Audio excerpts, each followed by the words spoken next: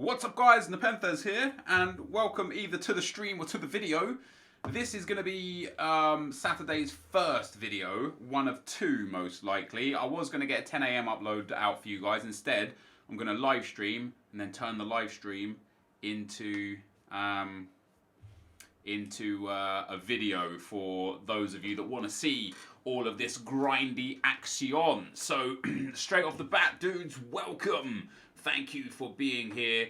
So I tell you, for those of you that are in here straight off the bat, I said off the bat twice already. I sold this Alexis Sanchez in anticipation of him not getting an upgrade. So I bought two of them, as you can see here. I bought one for 210 and one for 190. So I sold the one that I bought for 210 for 270, which made me a nice amount of profit. And I thought, just in case he doesn't get a man of the match whilst his price was high, I'll cover some losses of if he goes down. But then he did get upgraded, and I sold this one for 350. So I made 150,000 coins, 160,000 coins on this Sanchez and 60,000 coins on this Sanchez before tax. So after tax, I made about 160k profit. Can't complain about that. And what we're going to do today, guys, is we are going to build... I want to see how much James Milner is, because I want to build like an even better England team than what I already have. 300, 200... That's got to be a joke. If anyone pays 200k for this card, they're crazy. 4-star weak for the high, which is great. His passing is very good. His dribbling is very good as well in the right areas. Defense is solid. Physical solid. Shooting is also quite nice. Obviously that finishing is a bit low, but tell you what, him with a shadow, he'd make a remarkable CDM. Lag. If you guys are getting lag, I can't help you with that yet. Refresh or put yourself onto like Source or whatever it's called, right? Because my interwebs is fine. According to this, I'm dropping no frames. I'm at 60 frames per second, and I'm streaming at 4,000 kilobytes per second. So there is, at this moment in time, nothing going wrong my end. And in terms of like the actual stream, it says the stream health is great. So if there's lag, guys, either refresh or change your setting. Yo, Dan Moti, thank you for the 3 spot, bro. Team of the season is here, the best time of the year. I believe so, my friend. I believe so. Back on YouTube, just for this stream right here. We're gonna be on YouTube because this is gonna become a video afterwards. So I wanted to come onto YouTube. How's he only have 79 strength? Yeah, it's a bit weird for James Milner. So what I want to do is I want to complete our first team of the season. Our first team of the season objective, getting maybe both Akinfenwa and what's his name, Lopez, but maybe only one. And what we're going to do is we're going to go for a full English team. So I'm going to take all of the English players that I have that I love, and then we're going to take we're going to go and buy some of the English players outside of that. And because I'm going to be playing the AI, we're actually going to be starting in a 3-4-2-1. So we're going to go and pick... I don't want to buy too many Team of the Season cards because I have a feeling they'll go down in value, but I definitely want to get some. So we'll start with him. We'll also put Sessegnon in there. We'll put Raheem the Dream Sterling in. Wayne Rooney can go up, and Moore can go in as well. So we're requiring 1, 2, 3, 4, 5 spots for Team of the Season. Yo, Alex, thank you for the 2 spot, bro. Love you, bro. How can I earn some easy coins for Team of the Season? Just playing the game, dude, honestly. Just playing the game, dude. I wish I bought more than 2 Sanchez's, but I thought, you know what, the risk of buying 2 was enough. So maybe it would have been better if I'd have bought 5. Could have made half a mil easy, but I've made about 200,000 coins profit on those 2 cards, maybe a little less after tax, which I am more than happy with. I'm not sad about 200,000 coins at all. Easiest 200k I've made. We're up to 6.6 million coins right now. And in terms of big cards, we've got Icardi and Higuain on the trade pile, and then we've also got lots and lots and lots of special cards and other big cards. So I could easily get us up to over 8 million coins. No problem at all. Anyway, what we're going to do is I'm going to get open a bin real quick. We're going to go to the most consistent team of the season, or rather the EFL Championship team of the season. and we're going to buy some of the Englishmen. So first one that I think I wouldn't mind would be that Maddison card, because he would actually be a pretty sick centre mid to come in. FIFA Mobile soon tomorrow, dude. Tomorrow, FIFA Mobile will be there tomorrow. What do we got? So 35k. This guy's legit. This is a good card. It's not a great card. It's a good card. I'll say that. So 33.2. I mean, look at his 4-star weak foot, high medium. Really cool stats. You know, really cool stats. So we'll pick him up for the team as well. So 33,750. I think there was one for 33,250. Any for 33,000. Okay, so 33,250 got picked up as well. Would it be easier to get this guy on open bid? Yeah, 32,750. Was it 33 before? I mean, yeah, I'm happy to take him for 32,750 anyway. This is a decent card. I assume I'll probably lose a few thousand coins on him, but that's no problem at all. So we'll take Maddison to begin with. We need a right mid, but there isn't really a right mid, and we need a couple of centre backs. I need actually just English players. So let me go. I'm going to be going for English. Let me go nations, popular England, positions, right mids, and the right mids cards. Maybe it's not what I wanted to see. So we've got Maddison there for 32,750, and he will go straight into the team. But I need a right mid and a right wing and 2 centre backs. Maybe I actually start 4-4-2 and play Sessegnon on the right hand side and go and get, because there's a good left back, isn't there, from the English team. So let's switch it into a 4-4-2 real quick, because then we can go and get one of those strikers as well. So we'll start like this. We'll play Rashford. We'll play Sessegnon out on the right mid spot. Maddison has 40 strength. I'm going to be playing against the AI, right? So it's not too huge of an issue, things like that. It's just I just wanted to try some of the new Team of the Season cards, really. Some of the EFL Championship cards and such. So Jamie Vardy, I'm not interested in. Can we get Team of the Seasons here already? No. Team of the Group Stage? No. Right. Let's go back to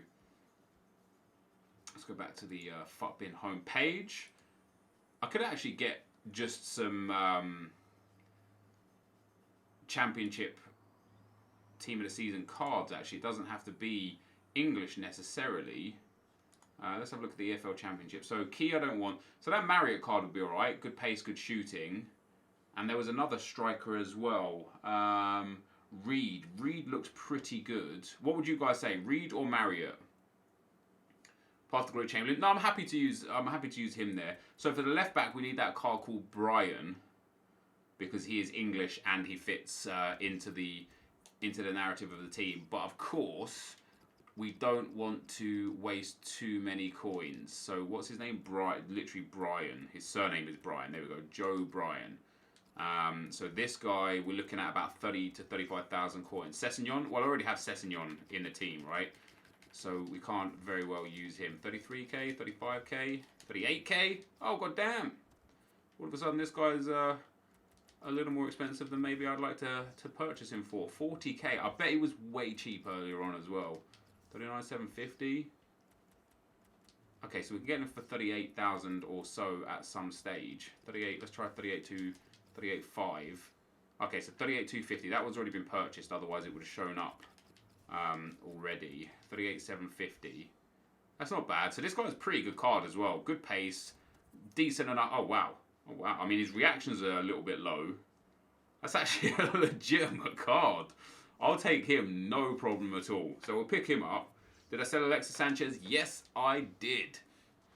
So we can pop him in. Now I can actually go with, I think I can go with, if I take an English EFL striker, I think I can just go EFL. So I want that goalkeeper as well. What's that goalkeeper's name? So Burge is not the one that I want. It's the other one. What's his name? Henderson. So we want to go and get Henderson as well. What is it? Is it Stephen Henderson? No. Yo, Dangerous. Thank you for the 5 spot, my friend. Ian Henderson? No. What is this guy's name? Dean Henderson. Okay, so Dean Henderson. So we want him. It says, Nep, huge fan, tried Malcolm out, sniped him for 180, 6, strong link to 1 to watch Neymar. He's unreal and I want to keep worried about his price, so thoughts. In my personal opinion, dude, he will come down in value, but his card is very, very good. It is very, very good. Now, is this guy... Okay, so 20k for him. How much does this guy discard for? Does he discard for up to 20k? That is a deal. Do you know what? That might be worth picking up. The other one as well. It might be worth grabbing 1 or 2 of this guy. And I say that simply because if I buy him at 20k, I can discard him for 19,400. And if I discard him for 19,400, I only lose 600 coins. But if EA release an SBC that requires a team of the season, I've got to do it. I mean, I already bought one for 20k anyway, so I already have one, right? Is there any other team of the season cards that are 20k out there right now? What have we got? So Isia as well. I don't know how to pronounce his name. Apologies. Is that the guy? Is it Elsa or Isa? Is it Elsa? Imagine his name's Elsa. It's not Elsa. It is like Isa. Isa. Is it this guy? No, this is the first guy that I had. ESIA. Is it this guy? Yes, it is. So I want to get this guy also for 20,000 coins. Okay, he's probably already been picked up. Maybe if I can get him for 20,250, I'll take it. Yeah, I'll take... Oh, he just got listed for 20k. And the reason why I'm happy to take him, I know he's only 77 rated, but okay, so he discards for 18.5k, so he's a little lower on discard. But still, if the team of the season cards are required for an SBC, he'll at least go up to like 24, 25k, maybe 30, 35k. So I'm happy to, take that risk on him. But note to self, it's probably worth not doing these guys. So this Sheehan guy, not him. Wait, how can he get in team? Oh, it's not most consistent, that's why. So this guy seemingly is like 19,000. Yeah, see, I'll take him for 19,000 for sure. For absolute sure, I'll take this guy for 19,000 as well.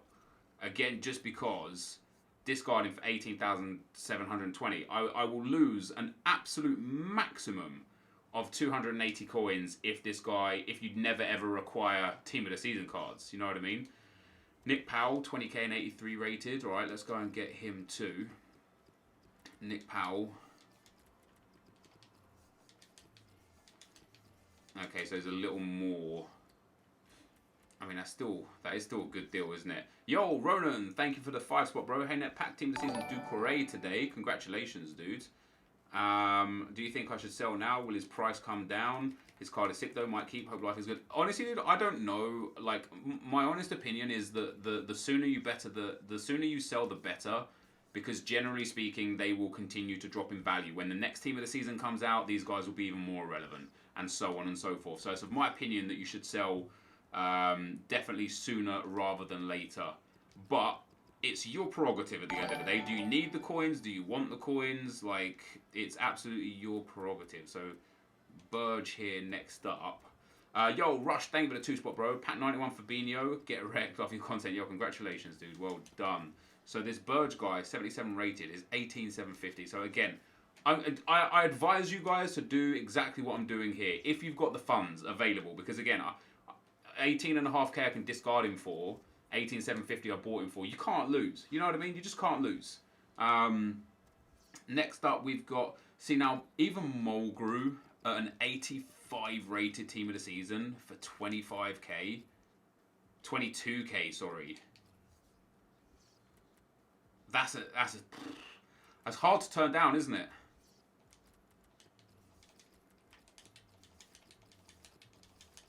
It's hard to say no to picking up a 25 rated... Sorry, an 85 rate for 22k. Just because, I mean, we'll lose a maximum of 1,600 coins on him. And hey, let's say worst case scenario, you never ever need a team of the season card in an SBC. I'll discard these guys and I'll lose minimal profits. But if you ever need them, this guy will go up to like 30, 35, 40k. We'll make some good coins off of him. So I'm happy to pop him into the club as well. So we got Isia, we got Sheehan. Akinfen was too expensive. Henderson we got. Powell we got. Carey's another good one. Carey we can pick up. One Torch Sanchez. I sold him already, dude. I made some good profits off of him. So Carey, there's a few there at 22. 21,750. Now, is that worth it for an 83? What was Powell? So, yeah, we bought Powell as well. I'll take Carey as well for 21,750. And hey, you know, he might go down to 21k. We can discard him for 20k. I think it's probably worth the risk. Pittman's a good one as well, an 84 rated. Although he's 22k at 84 rated, and we got Mulgrew for 22k at 84 rated. Is it that Pittman? It is that Pittman. I don't know if Pittman is specifically worth it. He is 84 rated. You know what? Why not? 22k for a team of the season. Look at open bids. I'm too lazy to do open bids, and it's too difficult to do open bids on streams as well because people will just outbid me just because it's the stream here. Ah, come on! Come on, that's too bad. So Pittman we've got. Reed, Vidra not interested in. Diego Jota, so for an 86 rated team of the season to be 26k, that's not bad. Yo, Pulkit Sood, thank you for the 5 spot, bro. I appreciate that. It says, hey, Nep, wanted to recommend Fernando, the Spartak Moscow. Easy to link and is a beast. Van Ginkel is OP. Love the content and keep up the good work. Yo, I appreciate that, man. Thank you so much. 25.5k, that's not bad. For an 86 rated, that's really not bad. What do you reckon? I might go for a full championship team now, dude. Yeah. Now, as an 86 rated team of the season. This is the kind of card that I feel like would go down to like 24s and 23s. You know what I mean? Although 4-star, high, medium, it's not ideal, is it? He's got some good stats, but also his passing's terrible for a winger. I don't know. What do you think to Jota? I guess now that those two have been snapped up, that might be one that we look at again in a day or so to see if he's dropped down to like the 24s. But what if on the other hand, people are like, actually that's a good deal, and they pick it and he goes up to like 26, 27. I mean, well, I should have looked at the next lowest price. He's already back up to 26.5k, or rather that was probably his going rate, and I've missed out on picking him up for 25.5k. 88 Samba, you can snipe for 30k. Can you? Oh, Bamba, sorry, not Samba. Bamba. So he's 33k. Okay, so it says on Footbin he's 33k. I wouldn't probably mind him anyway for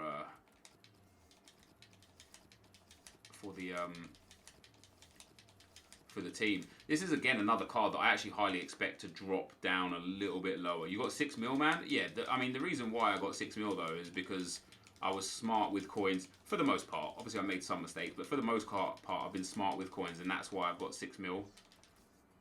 Oh, how I missed that! 25k! Who listened for that? 25k, dudes! If I actually managed to pick him up for 25k, he would have gone in the team to get Ruud Gullit. This might have to be something that I attempt off stream, just because like there's almost 2,500 people in here right now. I'm going to be not only am I going to be battling against the people that are normally sitting here looking for this guy for cheap, but also I'm going to be sitting here. Oh crap! I'm going to be sitting here now battling against the people that are in the stream as well, that are obviously wanting to do the same thing because hey, it's logical. Donation link. It's just by the chat, dude. Where you type in the chat, there's a little like $sign there. It's called Super Chat, and you donate via the Super Chat, my friend. I don't really want to spend like too long because, as I say, this is going to become a video, and I've got 4 or 3 AI games to play as well. I mean, we've only seen one so far. So the guy that said he's easy to snipe at 30k, I thought, okay, maybe he gets listed up a lot, but it doesn't actually look like he's showing up a lot at all. So Bamba we won't pick up for just now. Douglas I'm not interested in.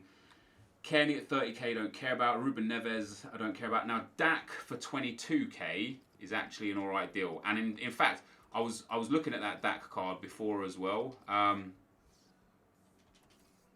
Well, that was a good... Yeah, I was looking at this card. Now, this one doesn't discard for cheap, does it? But I just bought it for 21k. I would rather the Team of the Season one. Let me list him back up. If I sell him for 23k, does he get... Do I make profit 2.3k? Like 1.1k? I will make a small amount of profit. Let's sell it. Let's list him for that just to get rid of him and make a tiny bit of profit there. Just got in for 30, says Mick Zaba. Yo, congratulations, Mix. Well done. That Dax snipe was a bit alright, though. There's another one there for 22k. I might even struggle to get rid of that Bradley Dak. I bought him just out of a panic because I was like, oh, God, he's mad cheap. Now, yeah, 22k is what it suggests he's at for the Team of the Season. And I know the Team of the Season is the same card as this Player of the Year. The reason why I want the Team of the Season over the Player of the Year is simply because of the discard price. And it looks like Dak's actually a little more expensive. So I'm not interested in him. Madison we already got. Sessegnon we don't need. Key, now for 19k. Key at 79 rated might be alright. But we're going to have to somehow get out the other ones. Icardi Path to Glory Spring, 80k, bro. I already have the Icardi card, funnily enough. 19.25. Yeah, see, this must literally be his lowest bin, right? So we'll take him. So I bought him for 19,250, and he said he discards for 19k. I'm more than happy with that. Mario I don't need, nor am I interested in, because, oh wait, did we buy... We didn't buy a striker, did we? We might have to figure that out. And then the last one was Snodgrass. Snodgrass is 25k for an 87 rated. Do we think that's worth it or not? Do we think that is worth it, ye or nah? Is that other one still there? 21,750. Wow, somebody's really trying to get rid of this. How many Team of the Seasons did I get? I mean, I've bought loads already. Probably about, what, 12 or 15? How much did you say United? I sold my Sanchez. One of them I sold for 270 and one of them I sold for 350. Vidra? No, Vidra's too expensive. Vidra's 30k for an 85 rated, whereas Mulgrew is 22k for an 85 rated. So I'm not interested in Vidra. I can get this guy for Snodgrass for like 22k as a minimum. There we go, that's what we want. Let me just make sure as well. There we go. Right, so yeah, if I can get Snodgrass for like 25k, I think that's a good deal. Is Diego Jota worth sniping? Yeah, I think so, dude. I think his card... Did we buy a Jota? 80, or did I say no to him? Or did I say yes to him? I can't remember. I can't remember if we ended up getting him or not. Nep, you need League 2 players for Akinfenwa. Oh, I know that, dude. I know that. I'll work... I'm not going to be... Even though I could do it at the same time, I'm not going to be working on Akinfenwa today. We're going to be working on the 84 rated Spanish striker. Record Breaker Milner. Yeah, he's too expensive because he's just come out of packs. In-game stats on Vidra. Yeah, they're good. I have looked at him on like FUTBin. I looked at how good he was. There we go. I'll take 87 Snodgrass for 24k. I think that's a good deal. I absolutely think that's a good deal. So the other one we want to look at... Can you guys remember if I bought Jota or not? Jota. Diego Jota. Yo, Dylan, thank you for the 2-spot, bro. Says, hey, Nep, I packed Team of the Season Chiellini. Should I sell him? In my opinion, yes. 26,250 for Jota. Do I want to get him for cheaper than 26,250? Can I get... Yeah, I mean, we can try and snipe him at 26k. Yeah, Milner's card looks very good. I'm just not paying... I don't know how much he's still currently worth. When he first came out of packs, he was at 200k. I'm not paying 200k for that card. 100k, I'd pay for that card. I'm not paying 200k for that card. I think that's the sort of card that come like EPL team of the season, and as team of the season drops and stuff, he'll actually drop down into like the 80, 70, 60k rating. So I wouldn't mind losing like a little bit of funds on him, but I'm not going to buy him, 40 minutes after he's just come out in packs. You did not? Yes, you did. You never bought him. Okay, so 2 people said I didn't buy him. 1 person said I did buy him. How to improve your money in this time? I mean, one of the good ways to make money, dude, will literally be sniping Team of the Seasons and high-rated gold cards during lightning rounds, right? Some of these Team of the Season cards were going for really cheap, and then they rebounded by 8, 10, 12%, which means you could make 7% on a card quite comfortably. I'm sure you could have actually bought this Jota card for like 22k during the lightning rounds and then sold him on for 27k a little bit after. It's just about having the time and the knowledge and the ability, I guess. Now, if we don't get one of him show up soon, I'm not going to waste too much time trying to snipe him. Yeah, he's up at 27k. I mean, for an 86 rated, I wouldn't mind getting him at 26k or less, but because I think he actually has a decent enough card that would be good to link to a certain few players. But I really don't want to start paying up towards 30k for him. The whole point of this exercise was to pick up cards that are so close to discard value that no matter what you make, basically it's a safe long-term investment. So for him, maybe I'll try and pick him up during the next lightning round myself. You know what I mean? Maybe hopefully that Dak sold. Yes, it did. Very nice. So Dak went, which means we made about a K on him.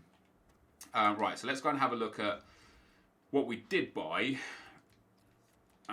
from the English leagues, because we got a few cards in there. Wow, we got a lot. So I just invested a whole bunch of coins into these players, and we're up to almost 3,000 viewers now. So I want to show you guys why I went and bought these players, okay? And I urge you to do exactly the same as what I just did. So, for example, Charlie Mulgrew, we picked up for 22,000, and he discards for 20,400 coins. So if you never need this guy for an SBC that bumps his price, you will lose 1,600 coins only. Pittman, we bought for 22k, and he discards for 20,160. So he's an 1,800 coin maximum liability. Carey, we bought for 21,750, and he's also about a 2,000 coin liability. So these are actually some quite high liabilities for these guys, but that's because they're a little bit high rated. And if you do need a Team of the Season card in an SBC, probably for the repeatable Team of the Season SBC at the back end of Team of the Season, these guys will jump up to 28, 30, 32, 35k. They did it last year, they'll do it again this year. People can use free Team of the Season cards for the SBC. Oh, absolutely, Mebs, but if you want to do it more than once, you're going to have to keep rinsing them, you know what I mean? Powell we picked up for 20,750. He's a good deal because he's like a 800 coin liability. Henderson we picked up for 20,000 bang on. He's a 500 coin liability. Key we picked up for 19,250. So he's like a 400 coin liability. These guys are decent. I don't like the liability on most of these coins is under 1,000. So on most of these cards is under 1,000 coins.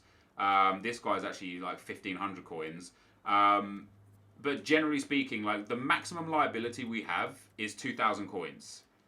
The minimum liability we have is like 400 coins. So at the absolute worst, we'll lose 2, 4, 6, 8, 10, 12, 14, 16, 18, 20. We'll lose 22,000 coins at the worst. And some of these aren't, I'd say we've got about like, 12k liability here. So worst case scenario, I discard all of these and I lose 12,000 coins. Best case scenario, an SBC comes out that requires Team of the Season cards, and I make 5 to 10,000 coins a card, and I end up making 100,000 coins. It's just smart. You know what I mean? It's just smart. It's sensible to do. And what I'm going to do over the next few days as well is I'm really going to monitor these prices. I'm going to clean up my transfer list because I've only got 15 spaces left. I'm going to get rid of all these 83s and 82s and stuff for hopefully reasonable prices. The gold cards, I'm going to keep the special cards for the time being. And I'm just going to fill up my trade pile with more Team of the Season cards that I have like minimal liability on. So for playing the rest of these cards, so we'll put we didn't buy Bamba. We could put Sheehan in at centre back. We don't have a right back either.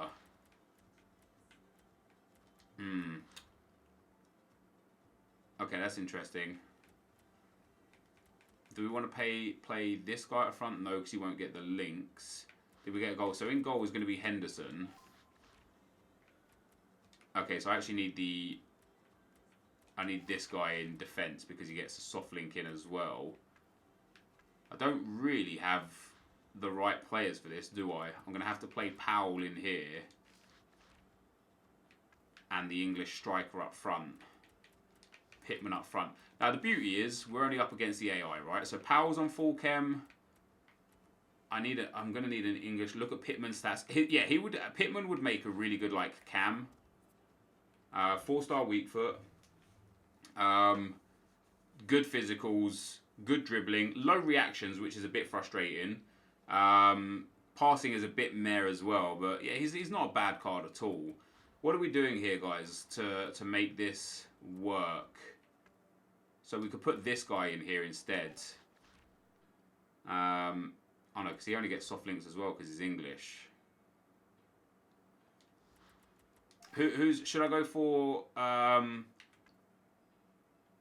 Who would be the best right back to put in here? I'll tell you who I'm going to use here. I'm going to use Javier Zanetti. We still got him in the club. Now, Charlie Mulgrew only goes to 6 chem. That's a bit of an issue.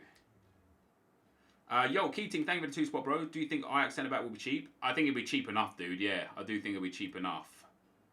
Maddison at striker. Maddison. I'm not going to change positions.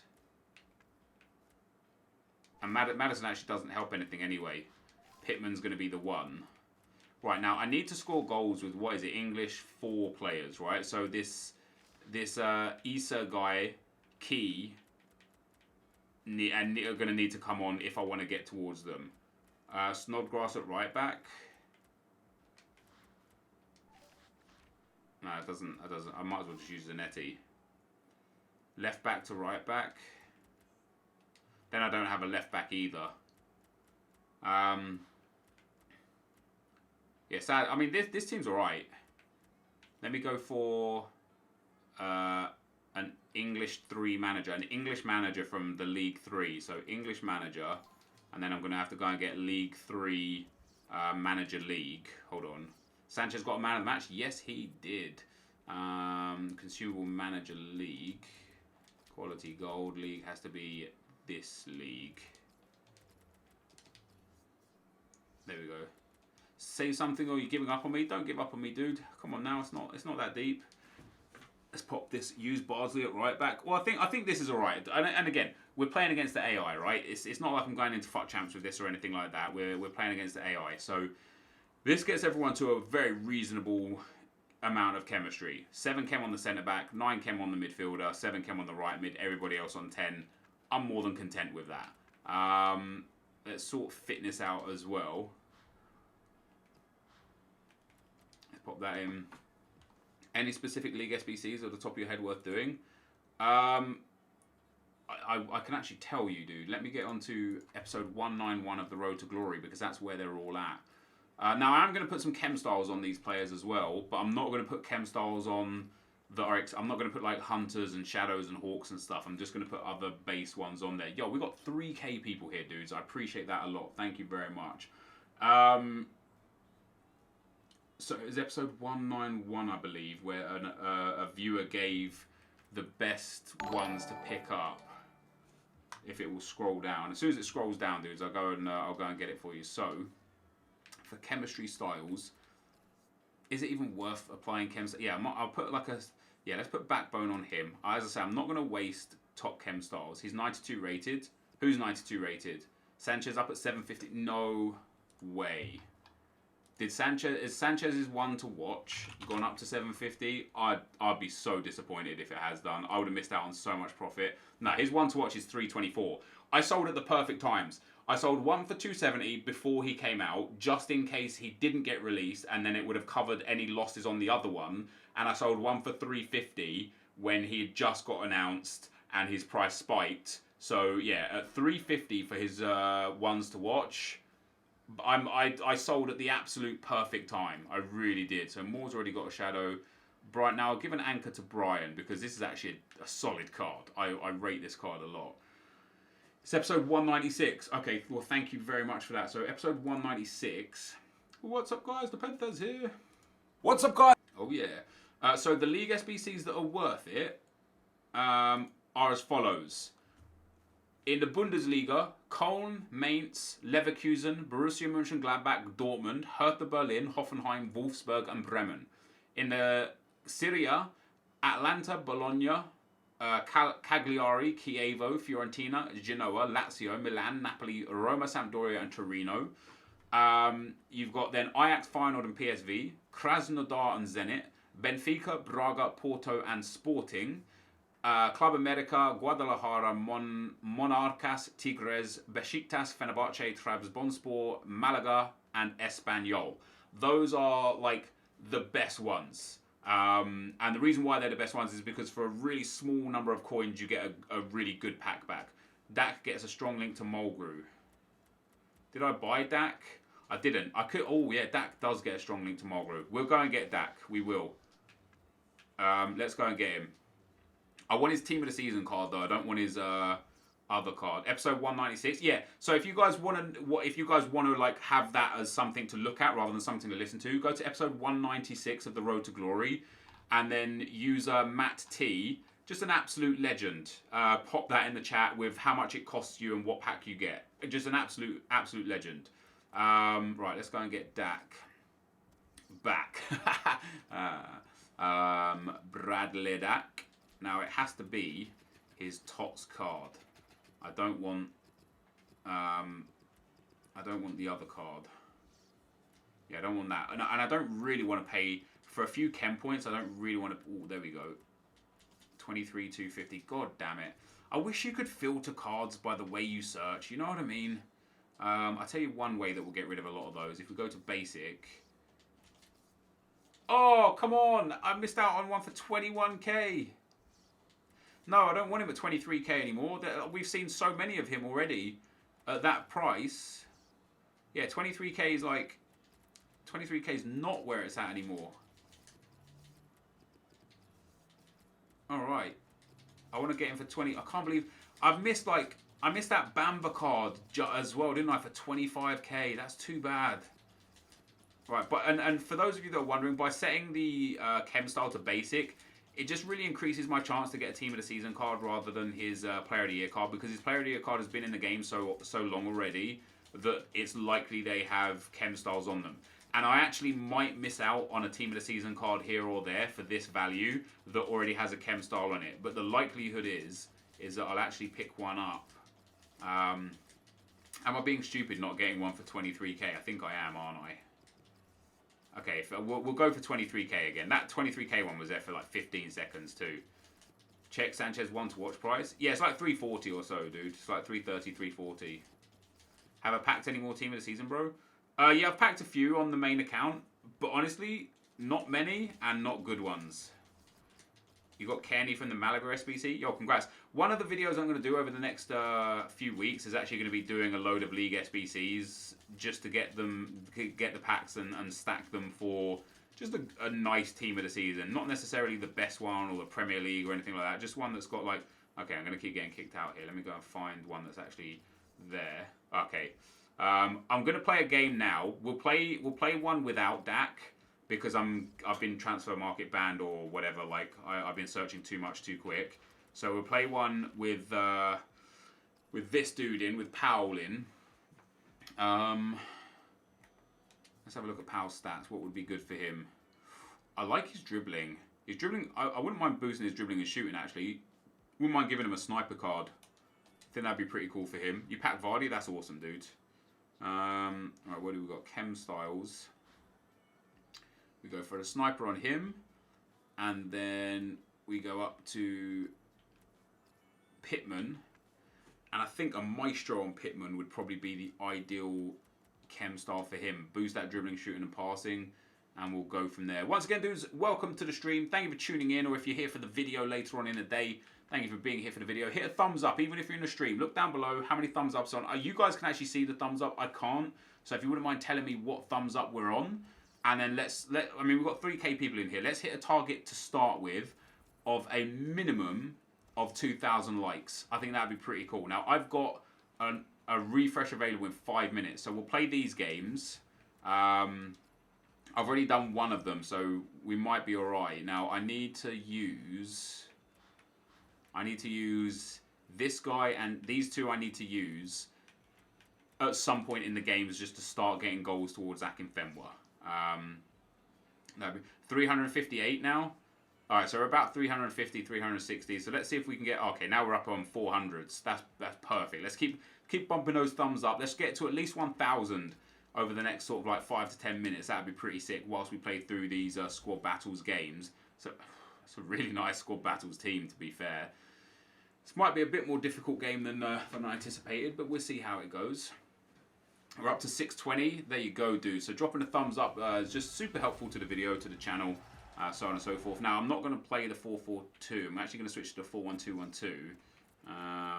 Who would be the best CDM out of all of these players?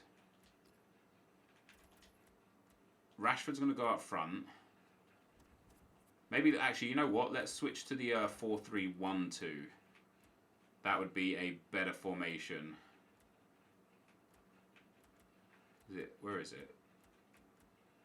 Where the hell is the 4-3-1-2? Is it on the first tab? There you go, 4-3-1-2. That way I don't have to play with a CDM, because none of these guys are set for a CDM anyway. So we're up to 750. Yes, dudes, I like that. So we're going to put Rashford and Sterling up front. Rooney's going to go in the midfield. Oh, let's actually put Sterling at cam. There you go. Lots of pace up front. And then Rooney, Powell and Pittman in the midfield. Happy days. Mulgrew, Moore, Bryan and Zanetti in the defence. Let's see what we can do, boys. 800 thumbs up. Boom. Let's go. I actually packed a Prime Icon today, earlier on. But I wasn't recording. I packed a Prime Icon Nesta. So I saw the icon boards come down, and I saw Italian centre back, and I honestly was like to myself, because I was like nobody was like here with me or anything. I was just like, yes, Maldini, not even thinking or considering for a second that it might not be Maldini. So that was pretty disappointing, but still packing a nice big Prime Icon. Okay, I need to get in here and change the settings. Oh wait, no, I'm already on Legacy. Okay. It was episode 167. No, 196. Episode 196. Yeah, so it's literally called Completing League SBC. Snodgrass is sick of cat. Dude, I tell you what, I was looking at him earlier thinking, how would I work him into a team where I could play him in at cam or right centre mid, because he does look alright. You know, he's got really well balanced stats. It's just about the it's just about fitting him in. You know, it's just difficult really to fit him in. Oh, I've gone Sterling. Oh, that was a bad pass. This guy, I forgot. This guy's got like a sick team. It's not going to be easy to beat this this AI team, that's for sure. Especially with this weird team that we put together here. Did I see Nick's pack? Like, oh yeah, that Lothar Matthäus was absolutely incredible. I'm legit going to struggle in this game right here. Well, not struggle. Like, I should still be able to win this game, but... Go on, Pittman, lad. Yo, Cannon Sand, thank you for the 10 spot, bro. Appreciate that a lot. No! I tried to do a fake shot stop. I didn't realise Handanovic was coming out until it was too late. It's too late. Yo, Cannon Sand, thank you for that 10 spot, my dude. I do appreciate it. That's my ball. Ooh, lucky. So that's my ball. There we go. Rashford into Sessegnon. Fake shot stop. I need Sterling to run a bit quicker than that. Let me go attacking, man. That's 2 times I could have had a good opportunity there to score with the fake shot stop, and both times I wasn't set up properly for it. I actually want to put Sterling up front, I think, instead of Sessegnon, because of the 4-star skill moves. That's 2 times I've been with Sessegnon where I've had to cut back a little bit different to how I'd wanted to have done, just because he couldn't do scoop turn. 1k likes, yo, that's what's up, bros. I appreciate that 1k likes, and I appreciate, dudes, 3k viewers, man. Like, I was looking around, like, you know, just the social media scene today. Obviously, there was a lot of hype around Team of the Season, but and let's be clear, right? What EA have done for this Team of the Season so far looks very good. Okay, I will admit that. I like the weekly grindable objectives. I like the fact that you get the rest of the world players through SBCs and through objectives rather than in packs and so on and so forth. Like, I rate that.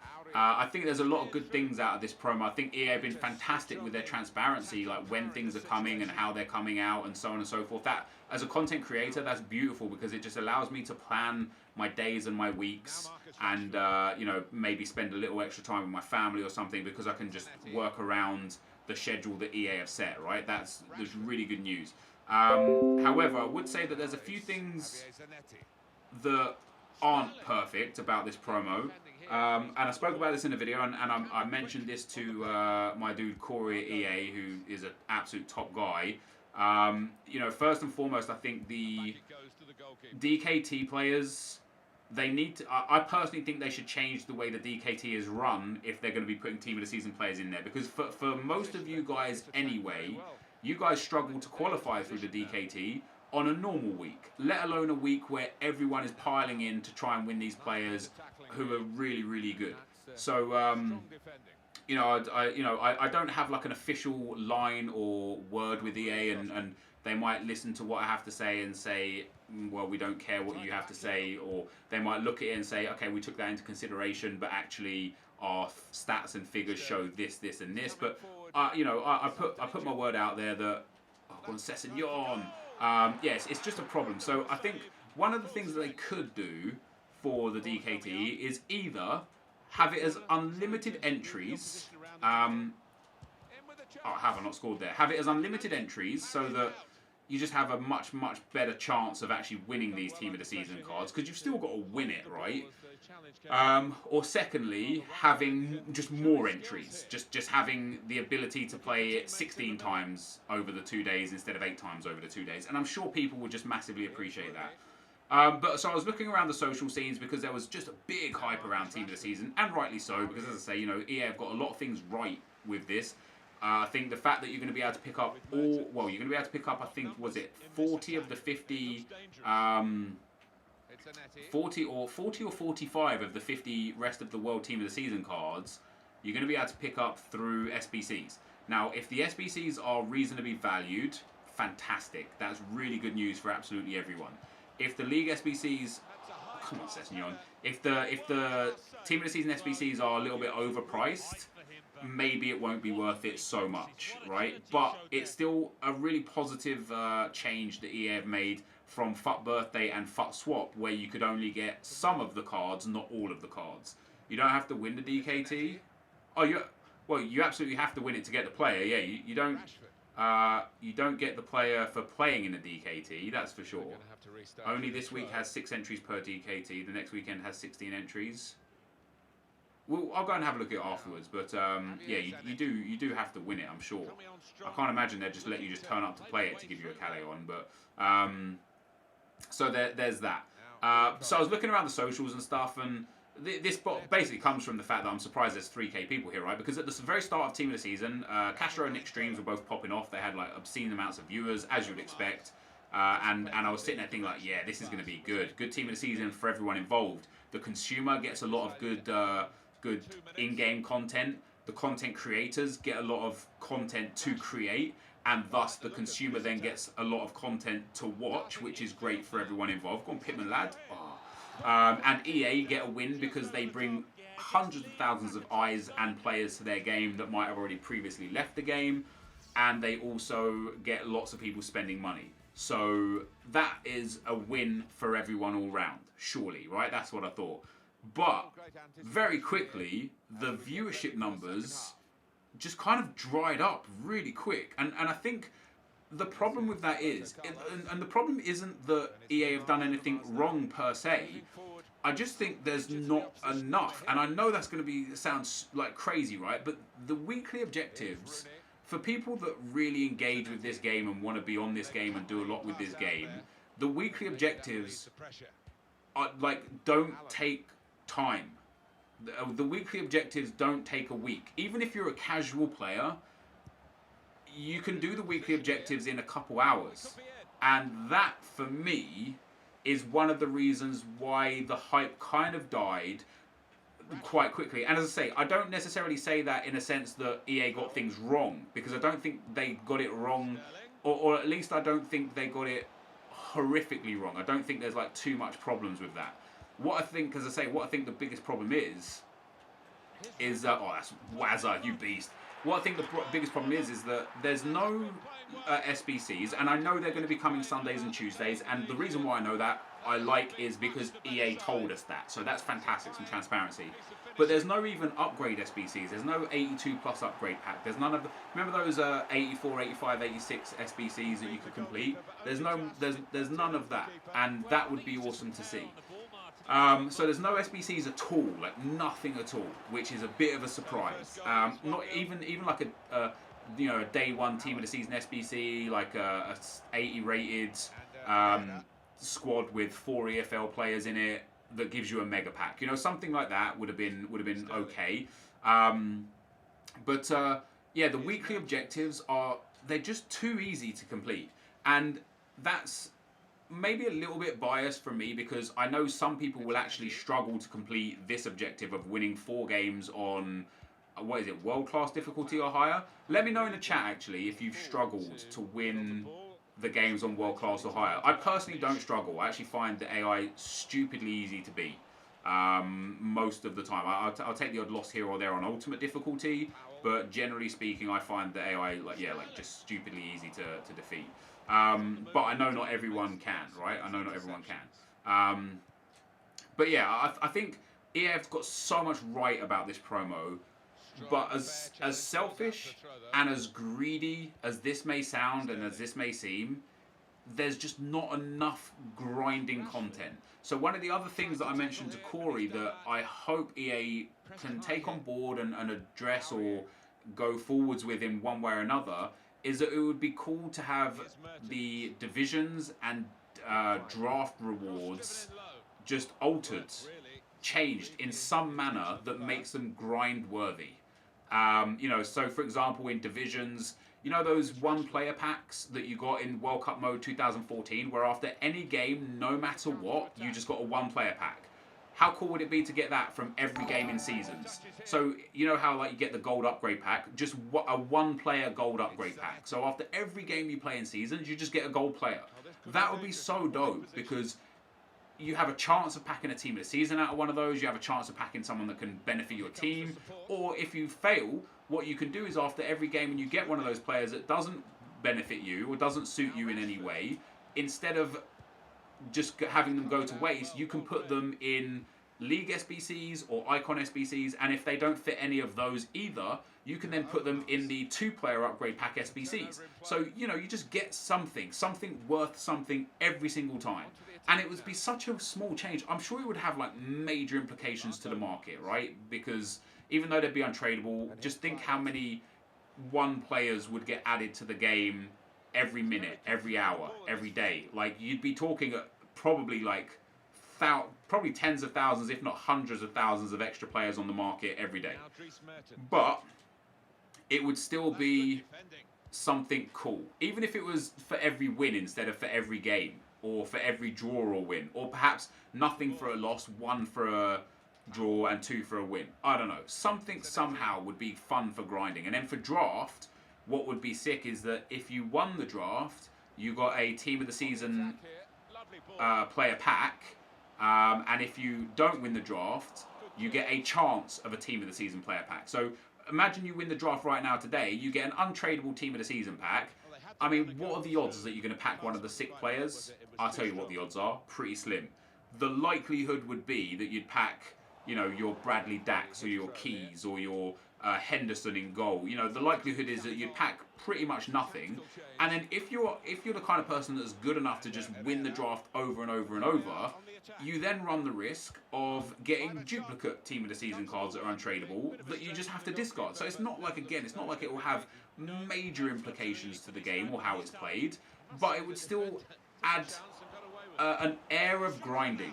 You know what I mean? And again, if for those that can't win the draft, you'll have a chance of a team of the season pack. So you know how sometimes you lose in the first round and you get a draft token back.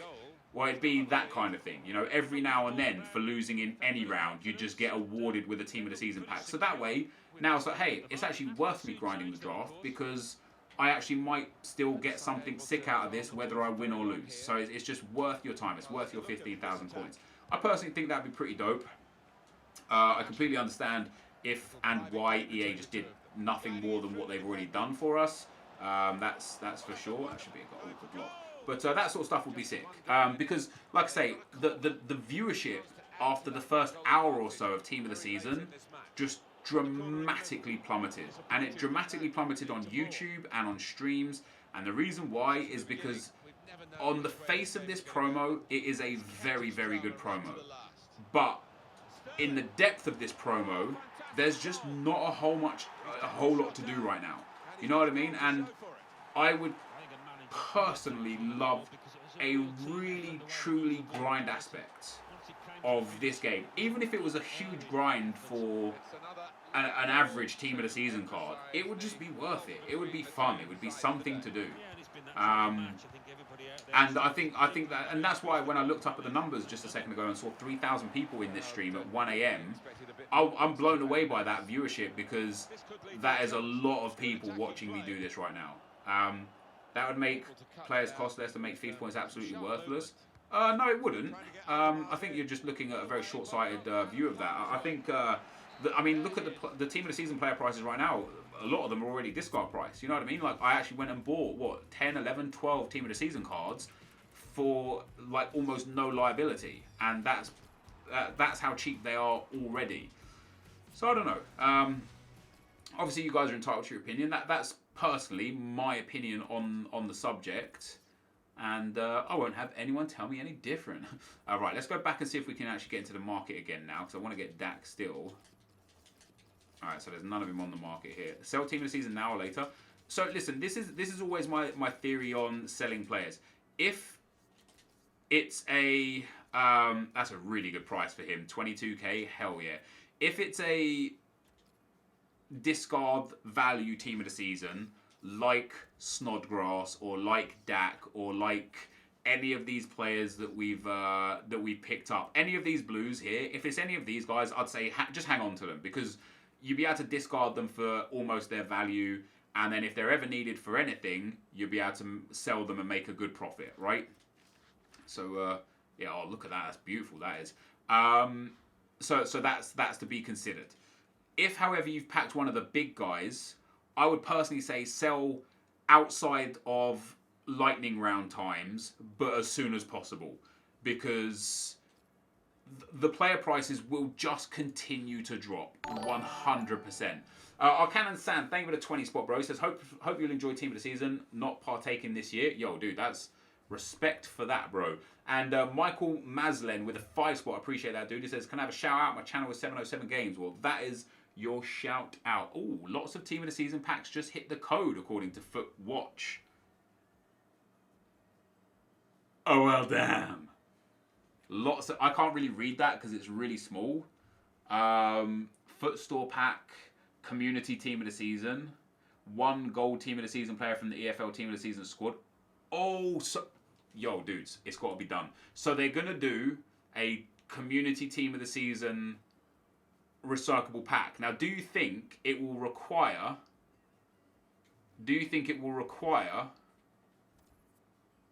a Team of the Season player? I don't know. Now, what I'm looking at here, somebody's just sent me this. I wonder if this is... Oh, so people are saying that there's 16 attempts remaining on this one. And like, the reason why it says it's 16 attempts is because it's a 4-day DKT.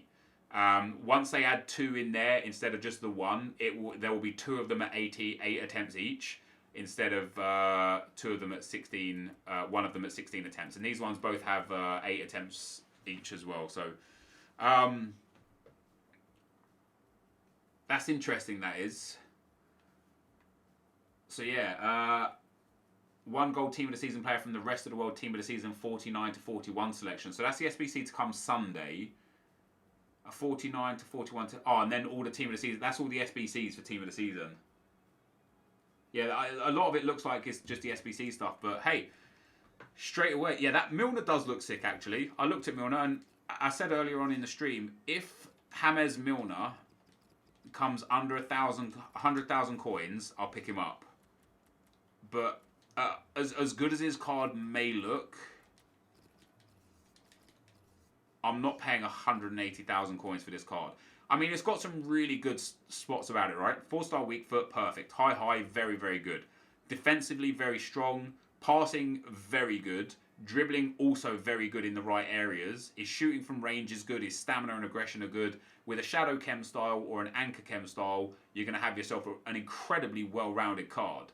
But with that being said, through Team of the Season, you are going to get 30 to 40 of this style of card for a fraction of the price. It's just not worth it. As I say, if this card was under 100,000 coins, for the novelty factor, for the fact that it's boring James Milner, I would say, yeah, okay, maybe he's worth it.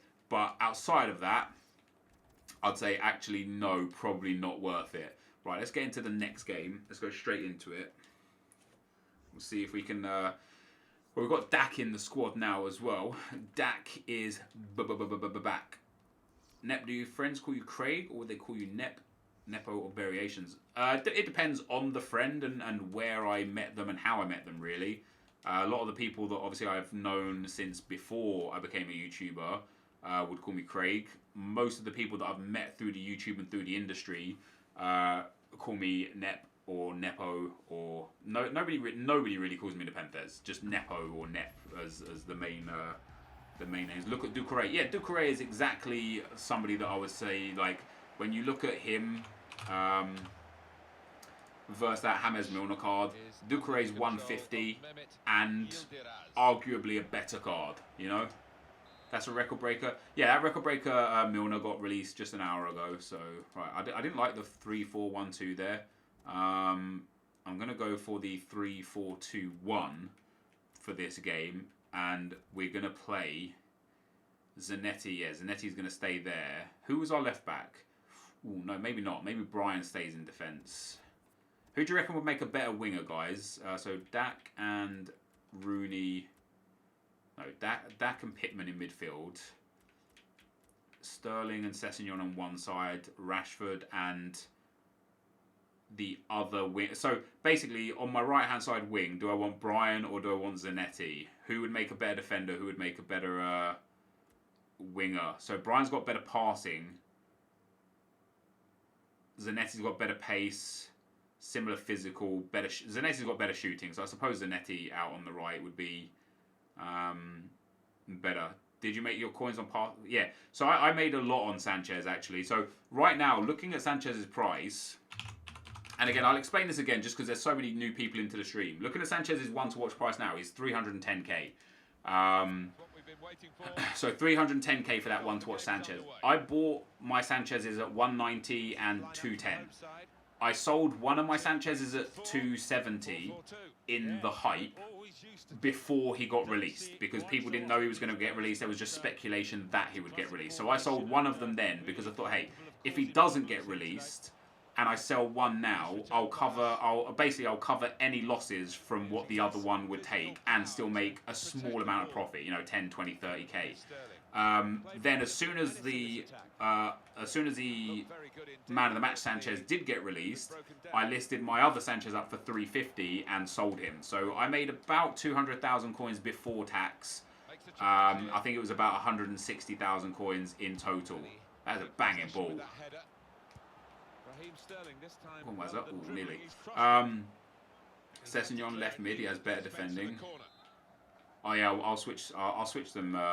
The way this formation actually works, it's probably better to have Sterling at left mid and Sessegnon at left wing, because Sessegnon will be the guy that does the fake shot stops and hits the run of Sterling on the way in.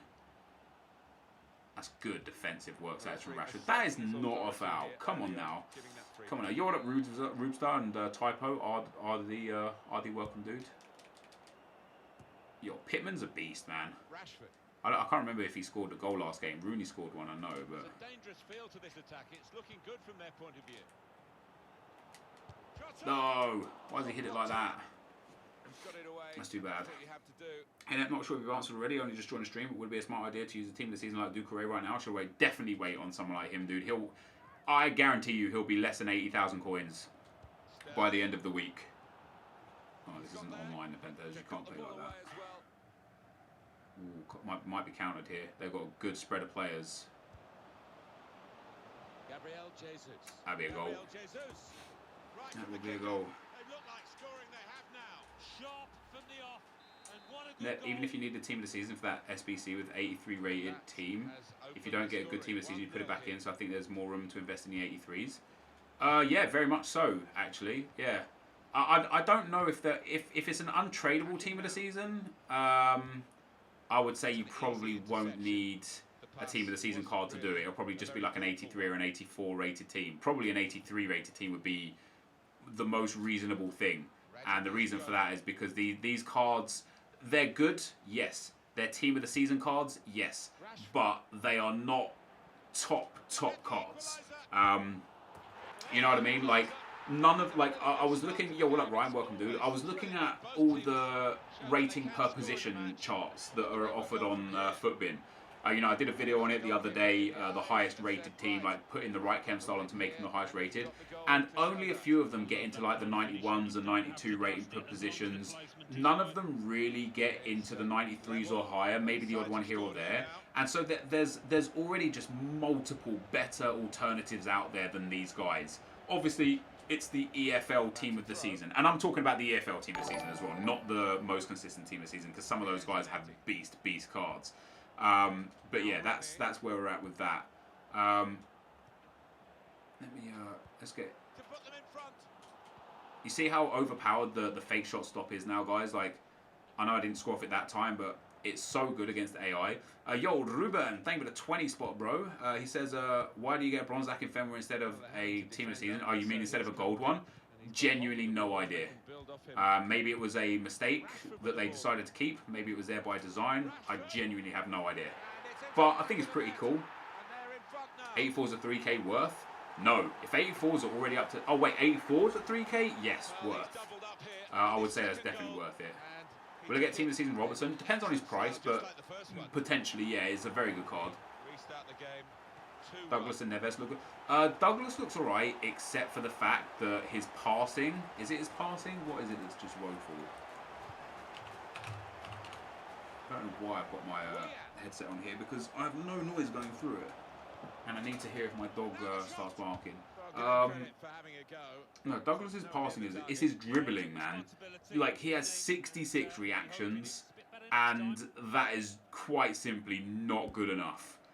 You will just get exposed. Like, he just won't react to anything. He might be fast, and with a shadow chem style, he might, like, in a straight line sprint, might be rapid. But because his reactions are so low, he'll feel so slow.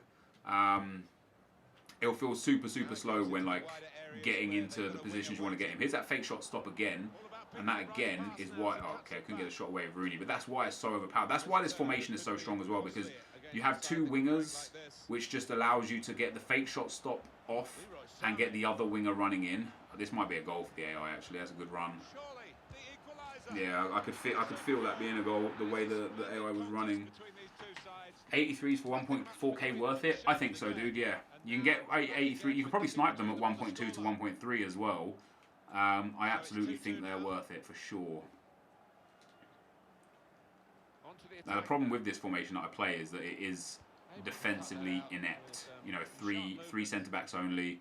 I'm double... In fact, I need to stop double pressing to get the ball back, because that's causing me issues. But the overlapping runs are super helpful. That was for Rooney, obviously. Let's make sure we don't give up the possession too much. Able to dwell on the ball for very long here. Looked dangerous until he made the interception. Go on, push him. Push him. Go on, Pittman. That's that big... Oh, what kind of pass is that? There we go, Dak. Dak getting the ball back. And now we wait for the overlapper. Boom. Oh, Sterling, you kind of stopped your run there. I thought he was going... Am I attacking? I am attacking. Why did he stop his run? Yo, Pittman in the midfield is pretty good. It's a good tackle. Yo, our man, thank you for the 5-spot, dude. I appreciate that.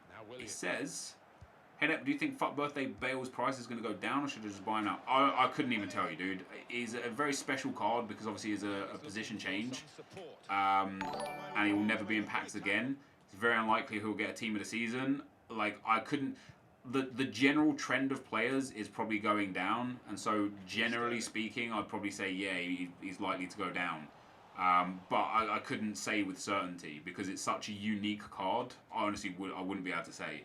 And just in general, I'm terrible with like reading the market.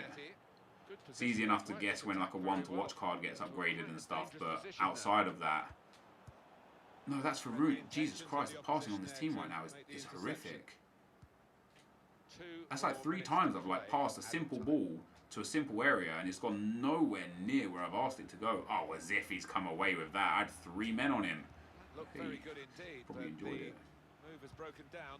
Right, we'll see out the half. Do I rate the 4-2-3-1 formation? I don't really use it, to be honest, dude. Does the fake shots work against Ultimate as well? In the second half, dude, yeah. In the first half, against Ultimate AI, in the first half, you just have to be super, super protective of the ball. Just don't give up easy possession. If you can get a goal, great, but if not, no problem at all. It's more about possession retention and not conceding. I didn't expect that touch. The second half against the Ultimate AI is all about scoring goals. You know, going aggressive, going attacking, hitting them with fake shots and the heel-to-heel flicks. And you'll see it in this game as well now. Now I know it's 2-2, like they've already scored a couple of goals, but I should be able to generate a lot of quite good goal-scoring opportunities, specifically in this formation. Although I'm double pressing again, it's got to be a foul there, ref. Now they've got a chance in this part of the pitch. Yo, that 1 hill. Thank you for the 2-spot, bro. Jesus Christ, how have I not got that ball? Just keep up the great work, my man. Well, thank you very much. I appreciate that. Right, here we go. Rashford's away down the right. It's a great ball in. Hit with a fake shot stop. Into Rooney. Rooney into Sterling. Sterling into the back of the net. Let's go. Sterling's dead as well. Let's bring on this guy. See if we can start getting some goals towards Akinfenwa. Sule with 99 reactions, but shock, agility, and balance. Wonder how he'll play. I was looking at Sule, dude. He's an interesting one because he also has insane sprint speed with a shadow chem style. Yeah, with a shadow, he goes up to 94 sprint speed, 99s across the board defensively, 99 strength, good aggression, and then yeah, 99 reactions. So that would be intriguing to see how he plays. That's for sure. How do you do the heel-to-heel flick and fake shot stop? So the fake shot stop is literally just doing a fake shot and then letting go of everything. And then they'll just like stop dead like that, and it's easy to maneuver it. The heel-to-heel flick, you can either hold left trigger and then do a fake shot forwards like that. Like you have to be facing the way like you're running, like so, like, or you could use the right analog stick and tap it forwards and then backwards to the direction that you're running. There's two methods to do it. They both take a little bit of getting used to as well. You won't master them straight away. It's probably best to like go into a game against a team of the week on the lowest difficulty and then just running around testing it out there because they won't try and tackle you, right? So it'll just be way, way better. Oh, that was a terrible shot. 56 acceleration is tragic. Well, he goes up to 71 with the shadow. That's not so bad, especially with high reactions and just high sprint speed in general. He'll get burnt a lot from like 1-2s and stuff because he won't be able to accelerate to catch up. But in like long through ball sprints, you know, if somebody like plays that huge, like, you know, those goal kicks that go all the way through, he'll be great for those because he'll actually have the speed and ability to catch up. See what happened there? I'll show that after I scored his goal. Okay, maybe not. Let me show you that. Let me show you why the heel-to-heel flick works, and it does exactly the same on Ultimate. Watch what happens here with Rashford when I do the heel-to-heel flick. Watch the defender. Watch number 5. He's tracking me. I do the heel-to-heel flick. Watch what he does. He just stops dead in his tracks. He actually runs away and backs off and just gives me a bit of space. And then he stops again. And now I've got so much space. And I really should have scored this goal. I tried to do a low driven into the corner. Keeper got a save. But that's why the heel-to-heel flick and the fake shot are so effective. Because for some reason, the defensive AI legitimately just like walks away. I don't understand why. It's obviously like a game mechanic problem. Oh god, we might even concede here. Suddenly they could be on the counter-attack. Oh, we're in a bit of trouble here for sure. Alright, I think I've sustained this attack now. He's tried that from long Yeah, range. buddy. Was an opportunity, really. And in the end, Don't listen to way off Nep here. target. 56 acceleration for team of the Place season is shot. just terrible. Again, 56 acceleration is terrible. 71 acceleration with the chem style, not so terrible. And again, I gave my reasons as to the positives and the negatives. I didn't say Sule is going to be an amazing card. I didn't say you're going to destroy absolutely everyone with him. What I said was that in long sprints, so against, you know, giant through balls or against people that, oh, you're through there. Against something like this, Sule would actually be very good.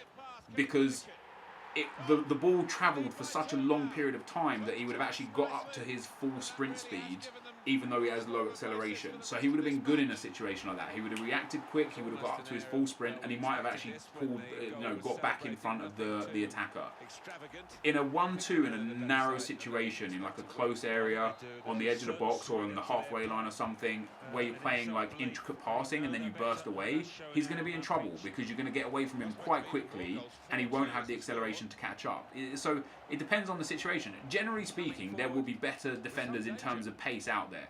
But will they have the reactions he has? Will they have the composure he has? Will they have the defensive abilities that he has? Those are all questions that remain to be answered. And the only way that you'll ever understand whether or not he's actually good or actually usable isn't by looking at his stats and saying, oh, that much sprint, that much acceleration, unusable. It's by playing a few games with him and getting a feel for it. Maybe you'll play a few games with him and you'll think, actually, yeah, like my play style is set up to a way that people play a lot of little 1-2s against me, and so his acceleration really is a problem. Or it might be a case of, well, actually, my play style is quite attacking, quite aggressive, and my problem is I get hit on the counter a lot, and actually he works well for me because his high sprint speed is very useful. So it just depends, you know. It depends on how you play, how your opponent plays. It's a lot deeper than, oh, he has this stat, thus he is unusable. It goes a little bit deeper than that. You can't just look at that and take, you know, something away from that immediately. Lewis, thank you for the 2-spot, bro. Says, we play World Cup mode over regular FUT. Honestly, dude, it just depends what they have, how they integrate it together, and so on and so forth. I couldn't possibly answer that until we know what the World Cup mode has or is. And Mr. Ginger with the 2-spot says, Yo, Nep, will Team of the Season Van Ginkel be a good investment? I don't know what his price is right now. And here we go. Fake shot stop. See how effective that is. It's just beautiful. Let me have a look at Van Ginkel's price. Oh, my dog's barking. I'll be right back, dudes. 1 second.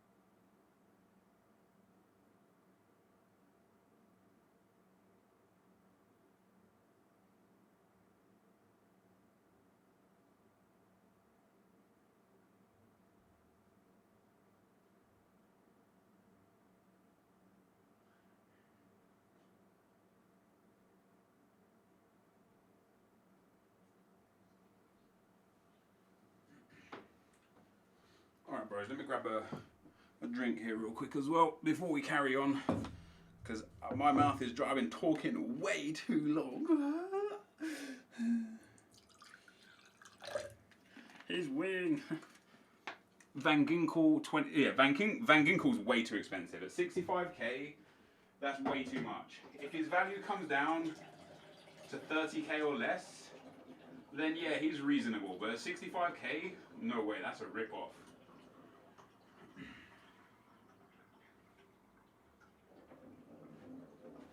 Yeah, I would say that's a rip-off, dudes. I don't rate that at all. Right, let's finish this game up. I've got 5 goals already. That's pretty cool. Scored quite a few from these kind of distances, and it is an act. 2 for him on the day. Time to buy discarding forms this week. I've already bought discarding forms, dude. I'll show you guys what I've invested in after this game here. Listen, you've got to take into consideration something else as well, right? Everyone wants to buy the players when they're at their lowest price. But at the same time, this game's about having fun. And if you just want to use Van Ginkel, just go and get him and go and use him. Buy him now for 65k, play with him for 5 to 10 games, 1 weekend league, whatever. Sell him, maybe for 55 to 60k, maybe make a small loss. And then go and buy him back again when his price goes super low. You know, you have to have a fine balance between always waiting for the exact perfect time to buy players versus buying players and playing with them. Because if you always wait for the exact perfect time to buy players to play with, you might as well just never buy the iteration of the game that is just released. You might as well skip FIFA 19, keep playing with FIFA 18 until FIFA 20 comes out, and then buy FIFA 19 when FIFA 20 comes out, because that's going to be the best time to buy players in FIFA 19. You know what I mean? Like, there has to be a balance between buying at the right time and for economic value, and buying at the right time for enjoyment value. Because if you only buy at the right time for economic value, you'll have a bad time on this game. Or unless you want to be a trader and you don't care about the players. And in that case, then trading will be your forte. And if you excel at that, you can buy the players at any time you want, because you know you'll make the coins elsewhere. So, I don't know, man. That's my opinion on that. One of my views on Hamshik Team of the Season looks very good, dude. And a very reasonable price. I know it'll go lower because I know he'll be in the Calcio A Team of the Season as well. But yeah, he's a reasonable price. It's a good card. I wouldn't mind. Van Ginkel is 20k right now. No, he's not. Van Ginkel is 60k.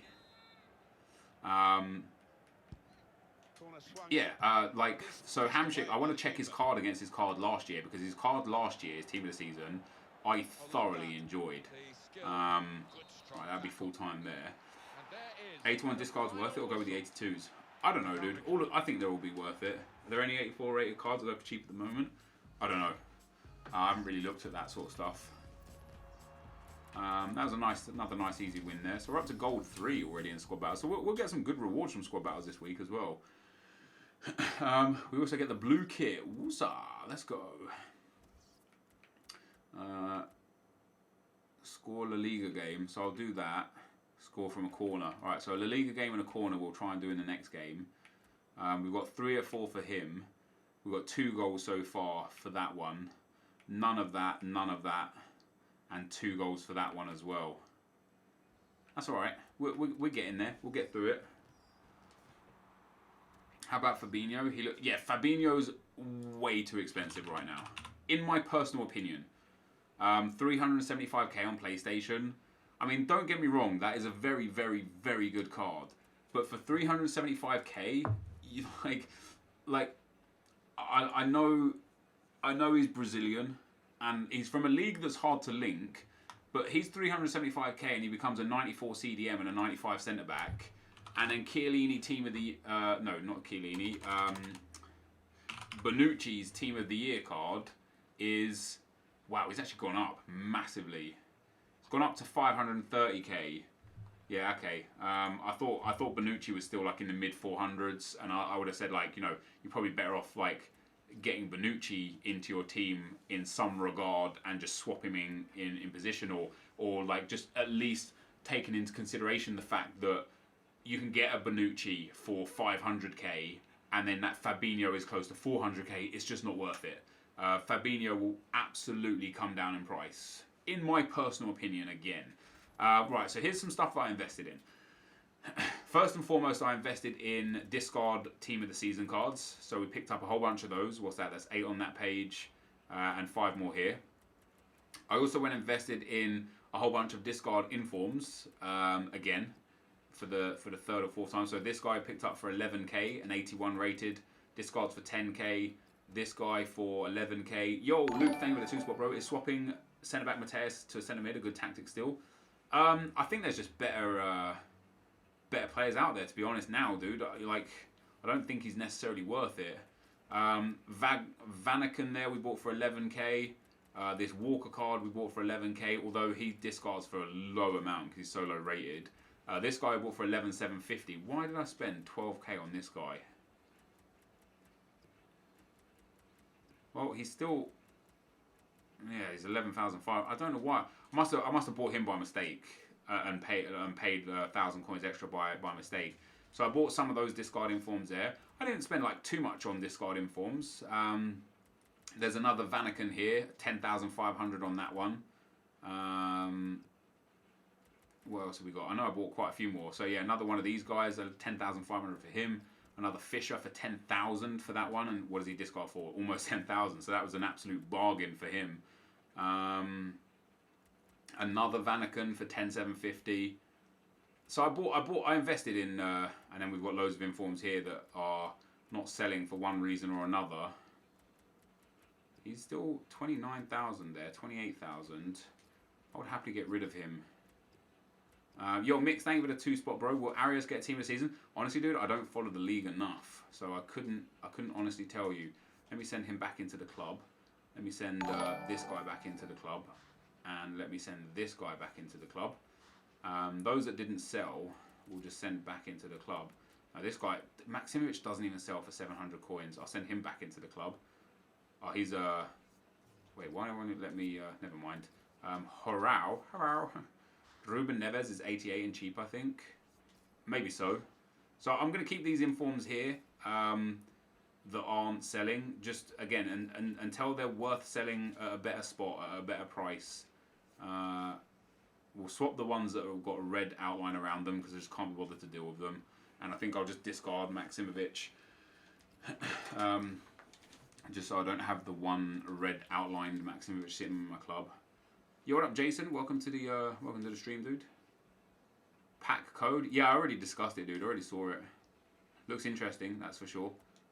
What I'm most impressed about is like my Alexis Sanchez dealings today and the other investments that I've made outside of that. I've now got like probably close to 9 million coins sitting in this club, which I'm just super happy with. Yo, Michael, thank you for the 5-spot, bro. It says, hey, Nep, I've like 20k with a draft, but lots of like 84 plus untradables. How can I build up to get team of the seasons?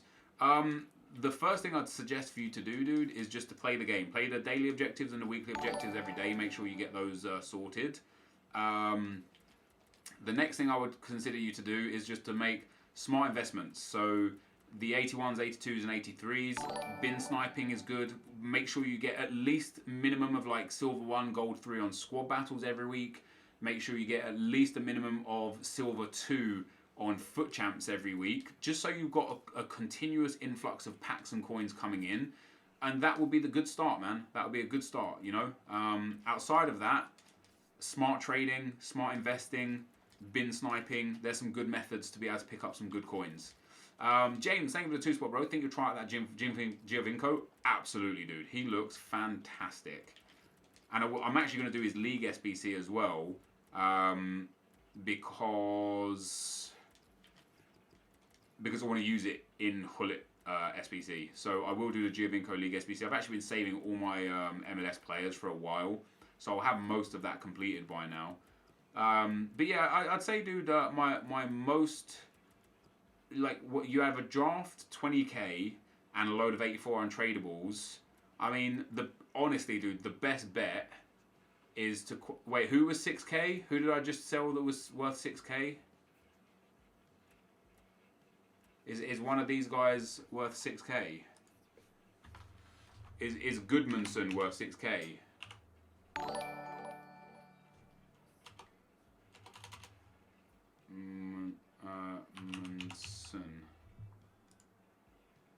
No, Goodmanson's 1,000 coins.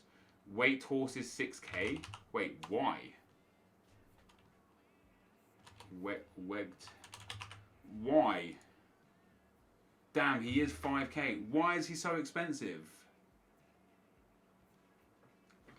For what? Is it marquee matchups?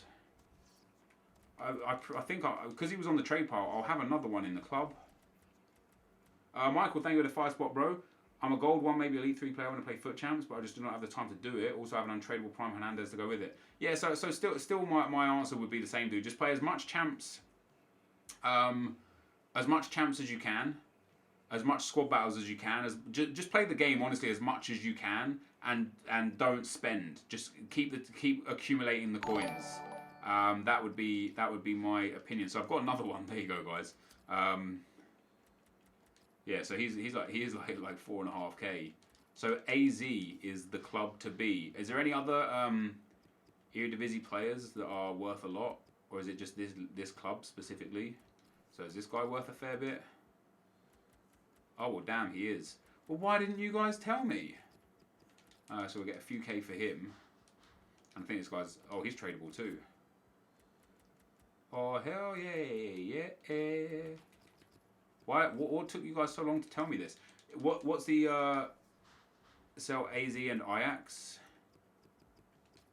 I've got a fair few Ajax players, but are Ajax players actually worth anything? No, see, he's still 800 coins. Yeah, he's still 350. So it looks like the Ajax players aren't worth anything. It's pronounced as AZ. Okay, perfect. Thank you. All AZ sell. Alright, so the AZ cards have gone. Yo, Mix, good luck, dude. Yeah, 3k on him, 4k on him. And then that Weight Horse card will sell for about the 4.5k or so that we put him up for. Hey, that's nice profit, man. That is nice profit. Pereira 85 going for 16k. Yeah, he's cheap.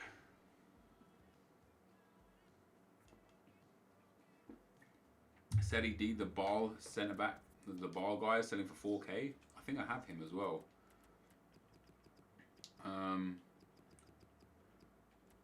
What's that from the Swiss league, isn't it? I do have him. Oh, he's not selling for anything now, sadly. Maybe 1,000 coins still. If he is 1,000 coins, I'll sell him still for 1,000 coins. Rate is he 76?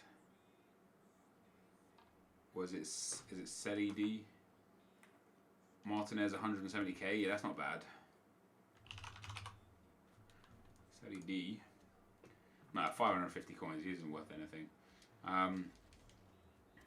Alright, I need to play that last game to get this team of the season card, guys, just so that this video doesn't end up being stupidly long. But in terms of the Rude Boy, for the 89 rated squad, we need an 88 rated player. Yo, Michael, thank you for the 5-spot again. It says, last donation, how much profit, because it's team of the season, do you think I can make if I keep doing a draft? Lots of common goals of team of the seasons. Yeah, I mean, it could be good for draft, dude. And not only are you looking at profit from potentially packing team of the seasons, but you're also looking at profit from just selling, for example, the AZ Alkmaar players right now that are going for 4 to 5k. They're super common to pack. So, yeah, I think draft is definitely a smart way to make a lot of money right now. So yeah, this is what we're going to turn in for him. I'm probably not going to turn in Herrera. I probably am going to turn in Jordi Alba though. The reason why I am going to do him, is because there are going to be so many better left backs in the game. They're just going to, he's going to be a guy that I just don't use.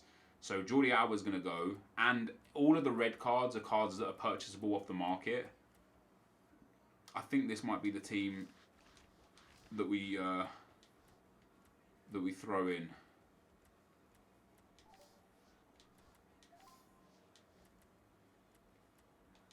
Doesn't matter what I do here. I only get 59 chem.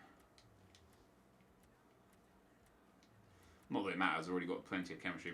But Zanetti, I actually quite like Zanetti. It's such a good card, man. As you can see, in the 16 games he's played for me, he's got 4 goals and 5 assists. Now, some of those have been in squad battles, but I might go out of my way and buy a different 92 rated card. I don't know. Is 87 Snodgrass for 25k worth it? I think so, dude, yeah. I personally believe that to be the case. Now, hopefully that's that Dutch guy. No, it's not. It was Vitinho. My Miranda and keep Herrera. Yeah, I might keep Herrera. I might keep Herrera and just spend the 20k or so that I need on the 86 rated card. Jordi Alba's too good in your opinion? I don't use him no mode. You know, I literally never use him. Like I use him when I'm forced to use him or when I build teams that I need to build to get him in. But I generally don't use him, and the reason why I don't use him is because there are so many good left backs out there. And for example, I already have Alex Tellez, who's a great left back.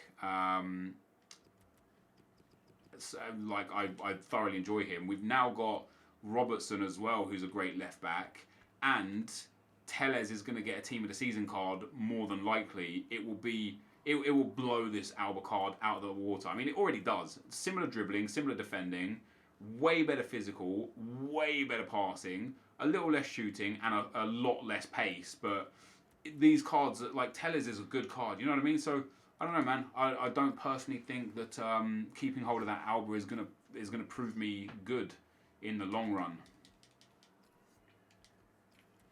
Prem SBC is under 375. Is it actually? Leagues. Well, damn. That came down quick. That came down very quick. What was it? It was up at like, what, almost 500k. It was up at like 600k.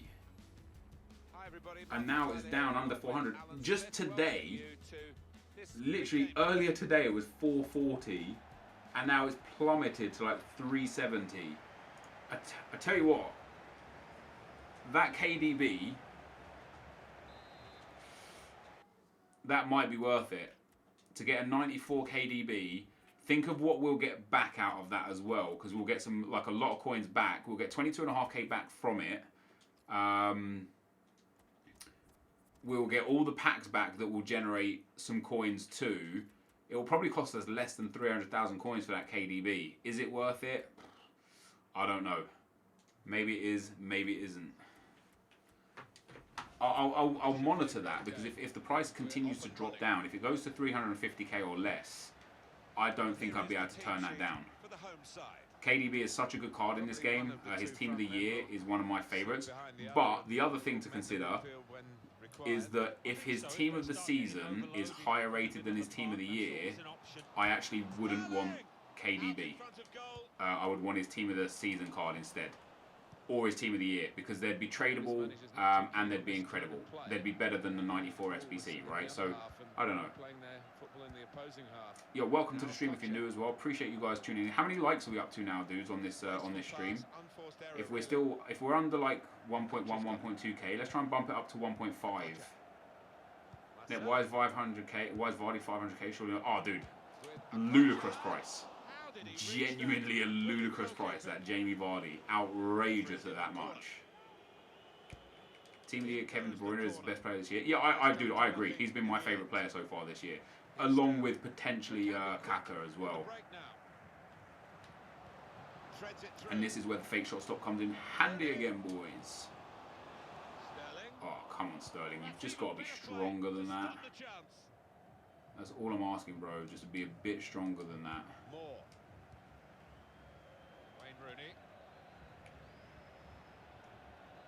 Handling this team quite well, though, considering their rating. Now Marcus Rashford. They could pose some danger now. Sterling. That's a great goal. Oh, how's he blocked that?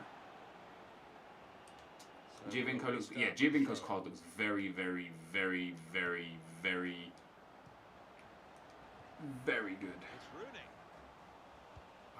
I literally just keep getting ripped at the edge of the box. Maybe I should start shielding a little bit more on the edge of the box, just to hold those defenders off and see what we can do with that. Oh, that was nice, actually. Into Sterling. Oh, Penrith. Let's go. Penalty. Was it a penalty for you, Alan? There's been no booking. It's not a. They will will they do guaranteed team of the season packs for this team of the season? Yes, they will, dude. In fact, seems like according to the pack code that got released today, there will be an EFL guaranteed team of the season pack coming very soon. I'm on vacation listening to the stream. Yo, Carl Rock, that's what's up, dude. That's what's up. Nep, I wouldn't make money on KDB, as you'll probably use him for a few games and find a team of the season who you really enjoy. You have an untradeable KDB in it. Oh yeah, you're probably right, but I could just use him in like the Rude Hullet SBC. What I like about the League SBCs specifically is that for most of the teams, you'll actually either make a profit or not make much of a loss. So for example, Bournemouth costs 10,000 coins to do, according to FUTBin, and gets you a Jumbo Premium Gold Pack.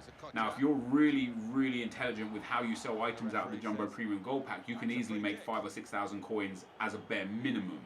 And so that means that would have cost you 5k, it would have shaved a good number of the, a good amount off. And of course, if you actually sit there and get those Bournemouth players on open bid or bin snipe them, you could probably complete it for 7 or 8k and then get at least 5 or 6k back from selling the pack. So there's only actually a few clubs out there that are going to cost you more than what you spend. That's Arsenal coming in at 50k, Chelsea coming in at 40k, United and City coming in at about 40k each, Spurs at 25k, and then Liverpool up at 60k.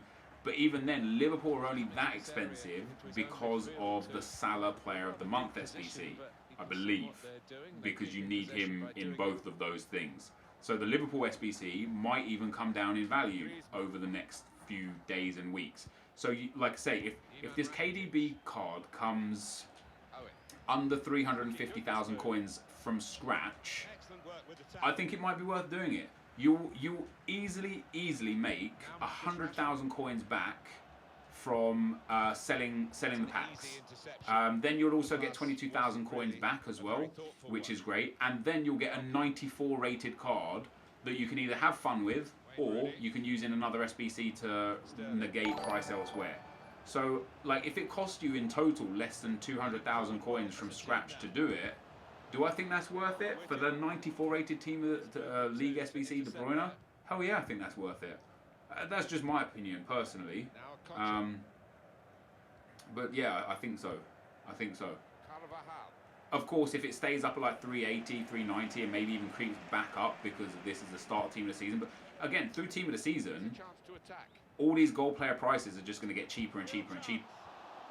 He was offside, right? No, Jesus. They're just going to get cheaper and cheaper and cheaper. So I have a feeling that they will just continue to drop in price. You will only be able to do the rest of the world team of the season pack one time. Yeah, you will. That's right. That will be one time. But you'll be able to do SBCs for the rest of the world players anyway, I believe. I don't even know exactly how it works. But yeah, you'll be able to do it one time. But you'll still have great opportunities to get those players. Oh, look at that Wazza run there. Oh, that's too bad. And then what do you think they'll do for Team of the Season packs for the Weekend League rewards this year as well? I hope so, dude.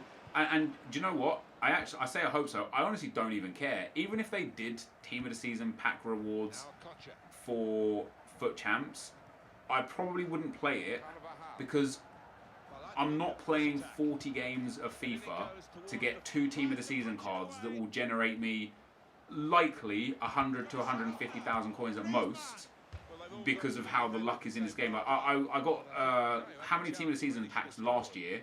I don't know. I finished elite every week during Team of the Season, and every single time I opened those player packs up, I got like the worst guys. I made like nothing out of them, and some of them I literally made like next to nothing. You know, in one of them I got a 30k player and a 40k player, right? So it wasn't worth it. So why would I spend so much time and so much energy on Team of the Season packs through 40 games of Foot Champs when I made 200,000 coins from just trading 1 to watch Alexis Sanchez's because I predicted the market.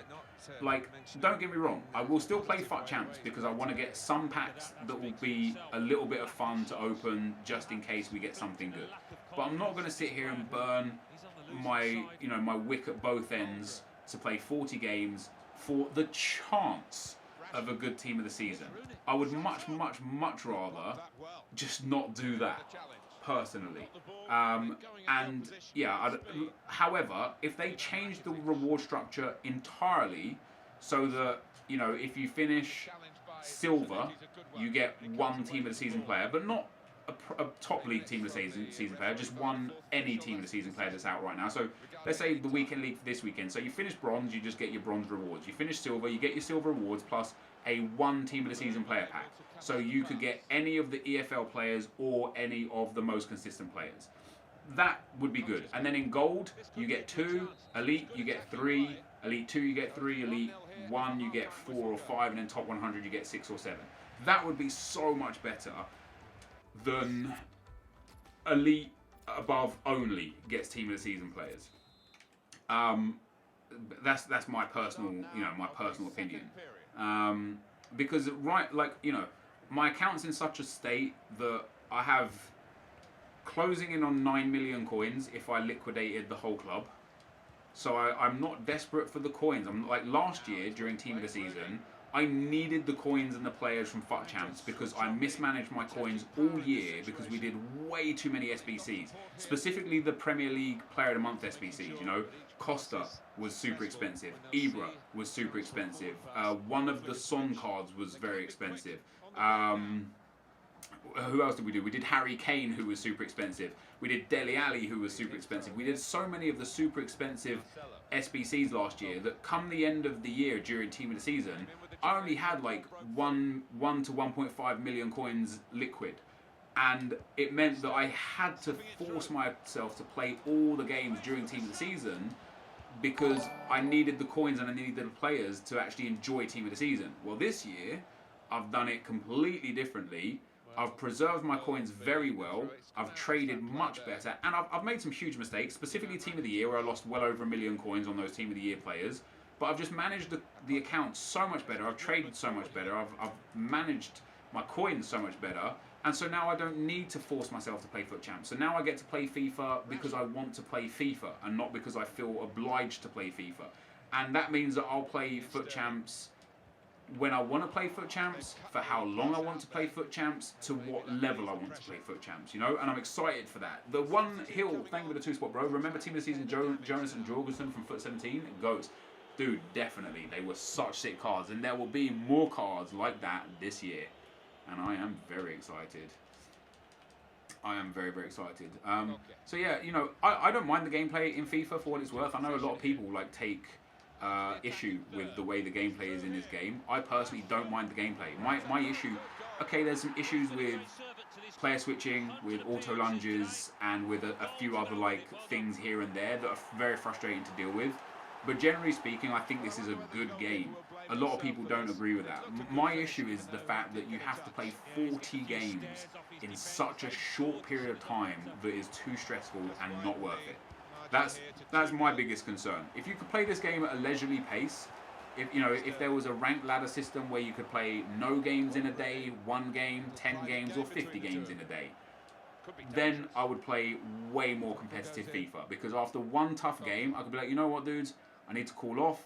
I had a bad game there. Let me go and play some divisions or a draft, and then we'll come back to ranked play in a few days or in a few hours. And hey, the fact that we lost doesn't even make any difference because we're actually in a position where we're still ranked Elite 3 or Elite 2 because all I lost was some ELO points against another quality player, and I didn't lose myself the ability to gain a rank. So there'll be less pressure, less stress, more fun, more freedom, and I would play more. But whilst this game mode is like this game mode is, I'm not interested to play this game mode to 40 games. I'm just not. And I said it on Twitter, I've said it in video, and I'll say it again right here for you guys. If FUT Champs is the same next year, I don't know if I'll do a Road to Glory because I don't want to put myself through another year of wasting my weekends away playing a game that just isn't enjoyable to play to that degree. Alternatively, I will play a Road to Glory, but I will play to the bare minimum, generally speaking. So obviously the first 10 weeks of this year, I played all 40 games for the first 10 weeks. And then since the first 10 weeks, I've played all 40 games 2 times. Since Christmas, I played all 40 games 2 times. So next year, what I'll do is I'll play, if it's exactly the same, depending on what else they add, how else the game changes, and so on and so forth. Next year, what I'll do is, let's say it's 11 wins again to re-qualify every week. I'll just play to 11 wins every week, and then if I've got extra time, and if I've got extra energy, and if I can be bothered, and if I'm just enjoying playing FIFA, I'll play more. But outside of that, I won't play more than that, because I'm not, as I say, I'm not just going to bust my gut for a game that's super unrewarding for the amount of time and effort that you put in. It's just not worth it.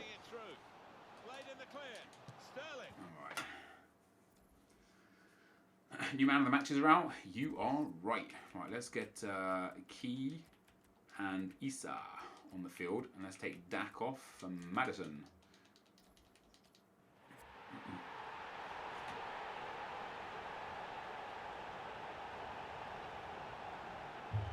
You don't have to play for Champs for an RTG. There are so much better alternatives. Oh, you're right all day long.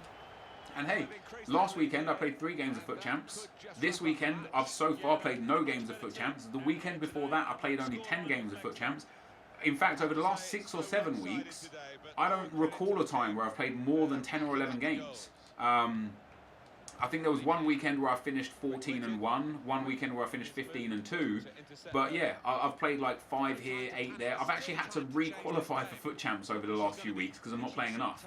This week I qualified late Thursday night. I finished streaming some Fortnite, and I wasn't going to qualify for Weekend League. And I sat there and I thought, ooh, what if, just what if, there's something cool, like what if the teams are like really good and the players are really good and I just want to play competitive FIFA with the team of the season cards and stuff. So I thought, let me give it a shot for qualifying. And so after I finished streaming on Thursday night, it was about 3:10 or so in the morning, I started my my journey on the daily knockout tournament. And I thought, you know what, it's late, I don't want to be up super late, I'm trying to like rehabilitate my sleeping pattern, so that instead of I'm going to bed at 6 to 7 a.m, I'm going to bed at like 3 to 4 a.m. So I was like, I'm going to give it literally one shot and that'll be that. And at 3:10 I started playing, and by 3:30 I was already in the final. I got 3 of the easiest rage quits of my life, and then in the final I had to play the whole game. The guy was pretty good actually. He messaged me after, obviously he's a fan of the series and stuff. He said he didn't expect me to be that good. Yeah, by like 4 a.m. I was in Foot Champs, and even though I qualified, I actually haven't even played Foot Champs. So, and I don't know if I will play Foot Champs this weekend. But it's crazy for me that I'm having to go out of my way to actually qualify to get back into Foot Champs, because that is new for me. But yeah, you know, you're right in the sense that you don't need Foot Champs to run a good Road to Glory. It just really accelerates the process, specifically in the early stages. You know, I think the first 4 to 8 weeks is probably the most integral, important time for Foot Champs, because you gain so much out of it back at that stage.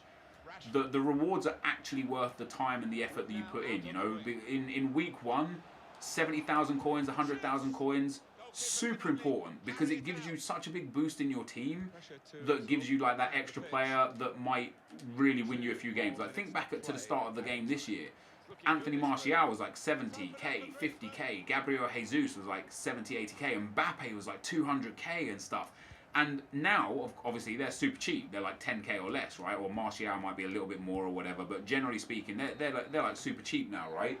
But back then, getting that player in your squad was imperative. And so fighting hard for those rewards was imperative. It's just not anymore. Rockskate, thank you for the $5, dude. Says you should do an investor type series next year where your objective is to reach 10 million coins just by trading. Might be a good idea. I find it difficult to create the content for that sort of thing. I don't find it difficult to like do it. It would be very easy for me to just trade to 10 million coins, right? What would be difficult is putting that into engaging video content. That wouldn't necessarily be the easiest thing, and it would probably take an exceptionally long time to produce the videos for it. So yeah, right. So that's the hey. Considering I don't play squad battles much anymore, and I wasn't even trying here today. That's not bad points. You know, that's not bad points. We get an update opponent. So where are we in the rank right now? So we're gold 2. Premium gold players pack a jumbo premium gold pack and 13k coins. What's gold 1? Premium gold players pack and 2 jumbo premium gold packs. I might go for elite 3 this week. I might just play out some squad battles over the weekend, or just play some squad battles in general to maintain a gold 2/gold 1 ratio. I know, like, you're probably looking at it thinking, wow, you're miles away from elite 3. What are you thinking?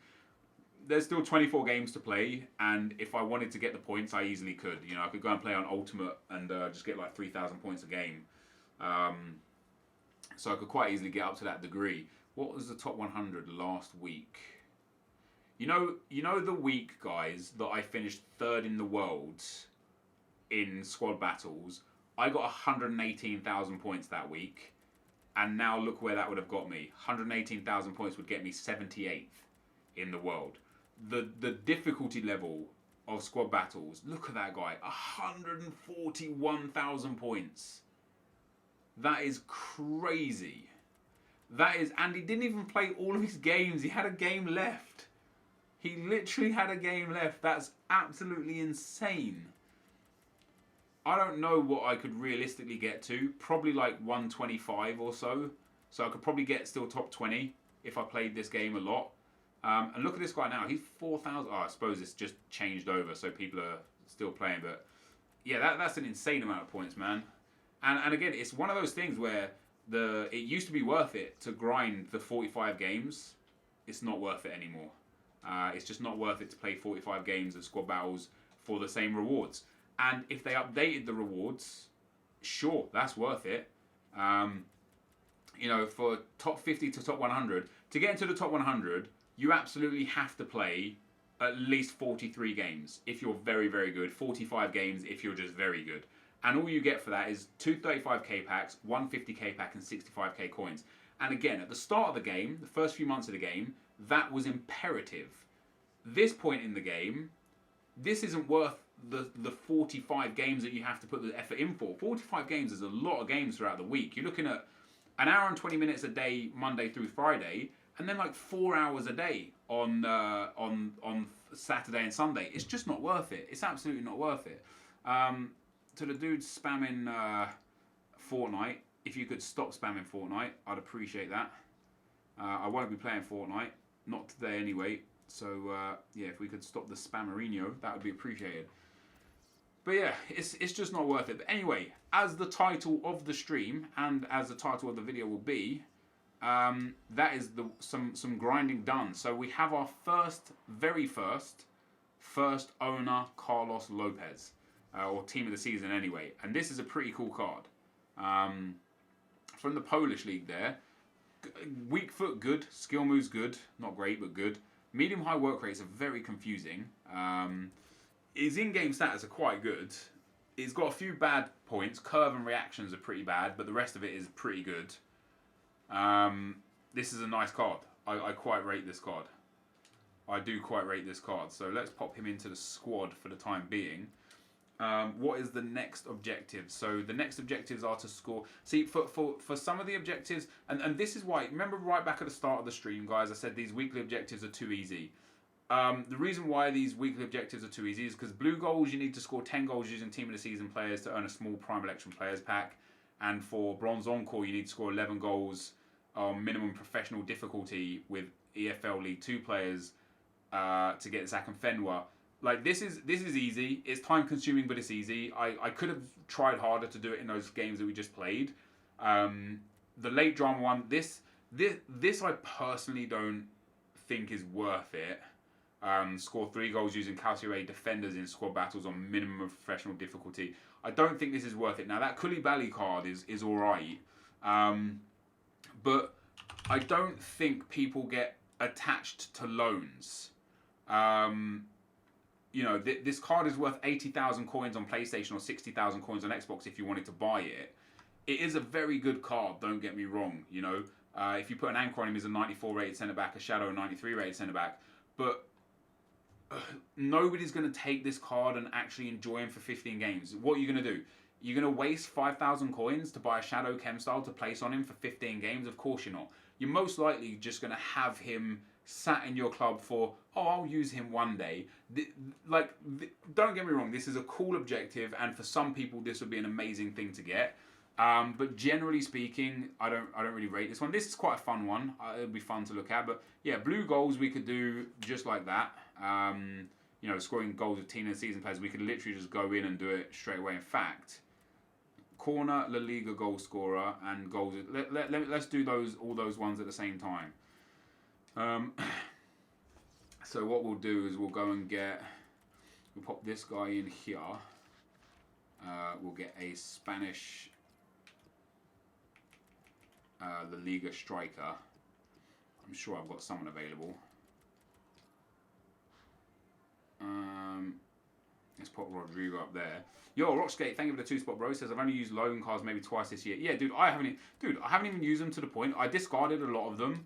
But even the icons, like I've got this Maradona card, I've used in 5 games. Because when do I get to use him? I just like, when do I think, okay, this is an appropriate time to put this card in for a couple of games? There's just, you build your teams around players that you have for as long as you want them. You don't build your teams around players that you have for a limited amount of time, you know?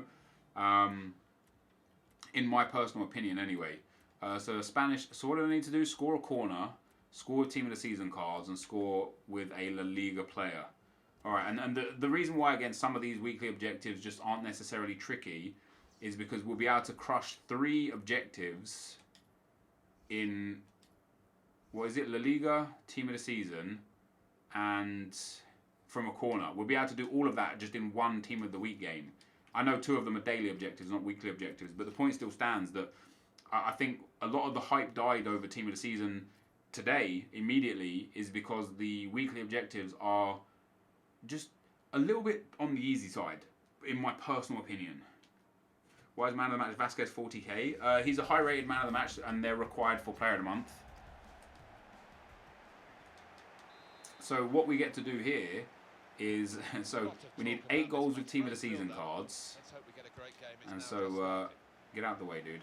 So we're going to pass it to our newly acquired Carlos Lopez. Pop him in here. That's 1. What a moment for him on his debut for his new club. It's a super goal. Well, it's the perfect start, isn't it? Grind bronze pack, so you pack a team this season. How many players are actually packable in bronze pack? How many players have a base bronze or silver card? Right, now we need one with La Liga player. Ooh, well, that's 2 with team of the season then. Marquee matchup MLS. Well, the MLS players, generally speaking, aren't worth that much. The specific team players are worth a fair bit, but the MLS players themselves aren't really worth that much. Why is 87 rated Marlos 28k? Undesirable, due a team of the season pretty soon. Very hard to link to players because of his nation and his league. If he was Brazilian still, he'd probably be worth a hell of a lot more. The fact, however, that he is now Ukrainian really just makes him tricky to link to a lot of players. So that's why he's so low in value. You pack bronze Sessignon, how? It is his brother, dude. You packed Easter team of the season in a bronze pack? Why don't I stream on Twitch? I do stream on Twitch. In fact, the last 2 days, other than today, I streamed on Twitch. I stream on Twitch. The reason why I'm streaming right now on YouTube is because this will become a video in the morning. Some potential in this move. It's a quick break. It's opened up. Teammates arriving. There's another ball for Lopez. Yo, Geordie Mans, thank you for the 549, bro. Says the rest of the world SBC will be a pack. Says on the site, so you might be able to get 1 out of the 9 each week. I don't think so. I don't think so. I think I doubt they'd do it to the point where you could only get 1 of the 9. We'll go onto the website in a second and have a read, but I mean, maybe you're right. Maybe I am wrong. Can he do it? There's another goal for him. It's a goal. Yo, see you later, Mode. Yo, what up, Jackson? Welcome, bro. What do you think about the possibility that we won't have team of the season for minor leagues? I think we will, dude. I think you will still have them. Like, we have the first minor league is already here today. We have the EFL Championship. Well, the EFL leagues. So I would say the fact that we actually have the EFL leagues here today is an indication that we will have the minor leagues. Yo, the Turk DK, thank you for the 50 bomb, bro. I appreciate that. The Turk DK says, that could be a goal for Dak, that's nice. Went from next to no coins earlier tonight, packed a few good team of the season players, listed them, then ended up buying 92 Maldini. Man's a beast. Yeah, that Maldini card's solid, man. He's an end game player that's been around for a fair while. Even like the other, wait, is it 94 the prime? I don't know. But yeah, Maldini's definitely a good player. He's right, only one of the 9 by the way they phrased it. Well, wait, by the way who phrased it? EA on their thing or the site that linked the pack code? Oh, it's a banger, that is. I cannot believe he took that on Martin.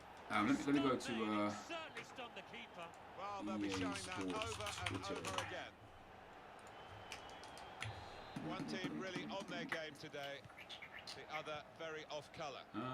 Right, team of the week, team of the season.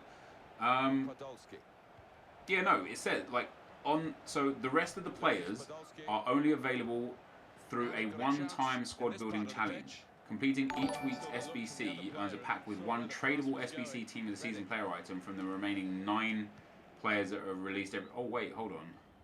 Yeah, maybe. I'll tell you what I'm going to do. I'm going to message Corey, I think. It's a tremendous goal. But so it says there, completing each week's SBC earns a pack with one tradable. But it also says the top 50 players. Oh, so completing the objective earns an untradeable weekly objective team of the season player, which will be 50, 40, 30, 20, and 10. The rest of each week's players are only available through a one-time squad building challenge. Completing each week's SBC earns a pack with one tradable SBC team of the season player from the item from the 9 remaining players. It depends then, I guess, if that is a repeatable SBC or not. If it's repeatable, then you will eventually be able to get them all if you wanted them all. And because they're tradable, you can buy them all. So they will all be available. Like, you know what I mean? It's tradable, right? So the fact of the matter is you will be able to purchase them should you want to purchase them, since they will be tradable. Now, if you can only complete one, you know, if you complete an SBC that gives you one, but it's a cheap SBC to complete, I'm all for that. That'd be pretty cool. I think you get 1 of 9, otherwise they wouldn't be a pack. You'd get a player. Yeah, you'll only get 1 of. Yeah, it seems like you get 1 of 9, but because they'll be tradable, you'll be able to buy them off the market. So they'll be on the market. You'll be able to buy them and use them. It's just that in terms of a first owner, you'll only be able to get 1 of them. Rip when Net missed my donation earlier. Did I, bro? Wait, hold on. Sam97 HD. How far away are we looking, Sam? Promising build up until that challenge. Not gonna lie, Sam, I genuinely don't see it here, bro. We have Keaton, Arcan and Sam, Michael, Ruben, Armand, that one Hill, Mr. Ginger, Lewis, Luke, Mix, James, Michael, Ian Connors, Michael, Rockskate, the one Hill, Rockskate again, Geordie Mans, the Turk DK, and Jackson. And Jackson, thank you for the 2 spot, bro. It says Hamshake team of the season is same partner with Savage. Yeah, I believe that, dude. But yeah, Sam, sadly, bro, I don't see a donation from you, my dude. It just quite simply isn't there. This attack very well. I actually want to keep. Yeah, there we go. I wanted a corner. I want a corner here. And that's deflected behind. It will be a corner. So it seems. Corner played into the middle. Oh wow. It seems like you'll only be able to pack 1 of them, but because they're that's a weird way to do it, isn't it? Come on, tackle me, bro. It's the goalkeeper's ball. I need corners, man. He was very alive. Missed my donation a while ago, no problem though. Again, I didn't. Ian Connors. There's no Ian Connors here. Oh, Ian Connors. No, there isn't Ian Connors here. Yeah, apologies, Ian Connors. I actually rechecked there because I thought, no, maybe I did see an Ian Connors. Yeah, Ian Connors, thank you, dude. Two Spot says Van Ginkel for 60k. He's been unreal in champs. I appreciate that. 60k for Van Ginkel, if I'm being honest with you, dude, is too expensive. He will be 100%. Does that count from a corner for what it's worth? He'll be 100% cheaper. He will be down at 30, 35, 40k for sure within a few days. So although he might be good for you in FUT Champs, I don't necessarily think it's value for money. Yeah, it's interesting. It's interesting that. Such a one-sided affair, but look at the scoreline. It is interesting. On the attack. Oh wow, that's terrible. Praise for trying to show Alan. Well, his teammates aren't too happy. Quite an effort. Let me go to the Team of the Season hub. Just got it too high. Yeah, I mean, starting April 27th for the Community Team of the Season, the new squad will be released every Friday to celebrate the best players from the select European leagues. Throughout the Team of the Season celebrations, various squad building challenges and weekly objectives will be released with themed rewards such as packs, Team of the Season players items, and more. Yo, Vids, thank you for the 1 spot, bro. Appreciate that. Come on, save that, keep up. So we get the Community Team of the Season, the EFL League Team of the Season, Premier League, Liga Santander, Bundesliga, League 1 and Calcio A, then the Ultimate Team of the Season, and then the rest of the world top 50. So obviously the rest of the world top 50 is what we just looked at there. Yeah, it does seem like... I still don't know if it will be repeatable or not. All it says is that they will be through a one-time squad building challenge, completing each week's SBC earns a pack with one tradable. Yeah, the wording suggests that it will be non-repeatable but tradable. And if the SBC is like mad cheap to complete, no problem with that at all.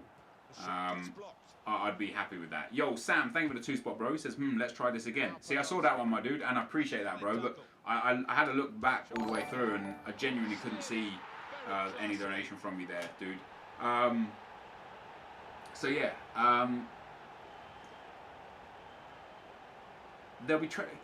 it'll be interesting to see their price and value as well, because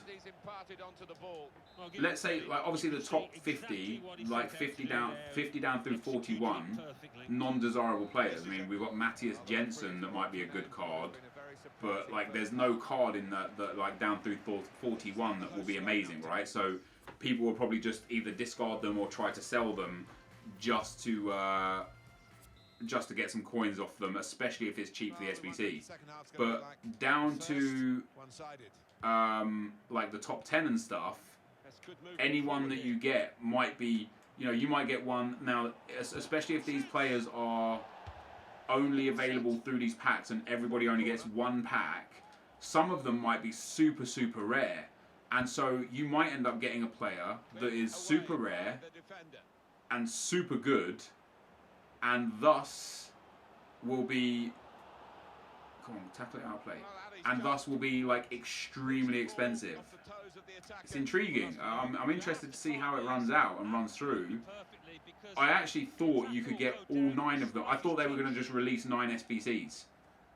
But didn't they say, yeah, hold on a sec, didn't they say that the SBCs would be coming every Sunday and every Tuesday? Was that something I read somewhere? I'm pretty sure that was something I read somewhere. Well, from that distance, that was pretty close. Yeah, it looked like the keeper was worried for a second there. Where did I read? Every Tuesday. Yeah, weekly Team of the Season SBC schedule. Sunday and Tuesday is guaranteed league SBCs. Wednesday is the rest of the world guaranteed SBC. Okay. Okay, so that's interesting. So straight off the bat, we know we will be requiring some. No, let it go out. Some Team of the Season cards. So from the squad building challenge, the players that you can get is either the 85 Bozok, doesn't look great. Al Harbi, the left back, doesn't look great. He looks okay, but doesn't look great. Lee Jae Sung looks terrible. Cells doesn't look great. Izquierdos, too slow. Caputo, terrible dribbling. Nakamba, bad passing, but outside of his passing, that's not a bad card. Go on, head that in. Igor Rossi, again, just super slow. And then Jensen, I mean, he's okay, but not great. Yeah, I mean, yeah, I don't know, man. Oh, yeah, when FIFA started up, yeah. Anyway, I found the part, anyway, where it says, so it looks like we'll get League SBCs Tuesdays and Sundays. So on Sunday, we'll get an SBC that will be for the most consistent, I guess. Is that accurate to assume? None of the minor leagues have packs in the codes. Every other team of the season, including Ultimate Team of the Season, have a guaranteed team of the season pack. Don't think that tells it we won't get minor leagues. Yeah, maybe. Or maybe they've got something else planned that doesn't include the packs, you know. Let me do it like this instead. Corner played in. Oh, come on, man. I hope that other header that I took counts as a headed goal from a corner, even though it wasn't directly from the corner, but it kind of was from the corner. Does that make sense? Like the corner came in, I headed it, it got saved, then I headed it in. But yeah, I mean, it's still interesting. It's still a bit different, you know. Whatever happens here, those players will be and all of those players are 84 to 85 rated as well. Like, what are you going to do with that when you get it? You're going to either discard it because it's tradable, so it'd be 20k or 18k or whatever. Wow, what a finish. Damn, one of his corner. I cannot believe he took that on Martin. It stunned me. So the player pack grind from last year with the rare players is not in this year. That will probably be back, big guy, at the very end of the year. So when the Ultimate Team of the Season is out, they release the guaranteed Team of the Season pack that will give you a player from any team of the season. Yeah, I wouldn't. Yeah, I don't know. I would just, let's just see how it goes, dudes. I mean, first of all, I definitely think this is the best promo they've done so far this year, and that's even taking into consideration the fact that some of the let me get on some big players to go in this corner, stand up at the corner here. So let's put up, let's pop this guy in. Yeah, let's see how it goes. This is already the best promo they've done this year. Definitely room for improvement in certain regards, that's for sure. But see again, is this? Oh, I don't even know get in. But I'm not going to say that I'm upset with what we've got so far. What I would just like is for those of us that really love to play this game to the fullest. You know, when you look at games like Diablo, Diablo is so grindy. You know, so grindy. That you can spend 3 or 4 hours just doing the most null stuff, like just going and collecting materials and stuff like that. You could just spend so long going to get mats in Diablo. That's how the kind of grind it is, and you need them. You're like, okay, let me go and grind for 2 or 3 hours to get the chests, to get the mats. In FIFA, there's just no real way to grind because, like, for the League SBCs, you can grind. You could say, okay, I need to get 40,000 coins to do the Arsenal SBC. How can I get 40,000 coins? I can play some games. I can go and play some squad battles, go and play some divisions, go and play some foot champs. But it's not a grind in the sense of a grindy grind. It's a grind in the sense of a gameplay grind that it's just not. It's not an efficient grind. Is this making sense? I don't even know if it is making sense. Oh wow, what a banger. It doesn't even make sense to me. Rockskate, thank you for the 2-spot, bro. Says the rest of the world cards are such a letdown. None are usable. Out of the first 10, I agree. Apart from this Carlos Lopez, he's actually quite good. Out of the first 10, yeah, they're not great. But this is the worst 10 that we're going to see. This is 50 through 41. Next week it'll be 40 through 31. And 30 through 21, and so they'll get better and better. And the Bears, thank you for the 20-spot, bro. Says, Nep, don't mean this in a rude way, but in your stream yesterday, you said the Griezmann take the L dance won't be in FIFA 19 because it's not his dance, yet they added the hotline bling and Drake created that. Thoughts? I didn't say it's because it's not his dance, the Bears. I think maybe you should go back and watch the past broadcasts. What I said was that it is Fortnite's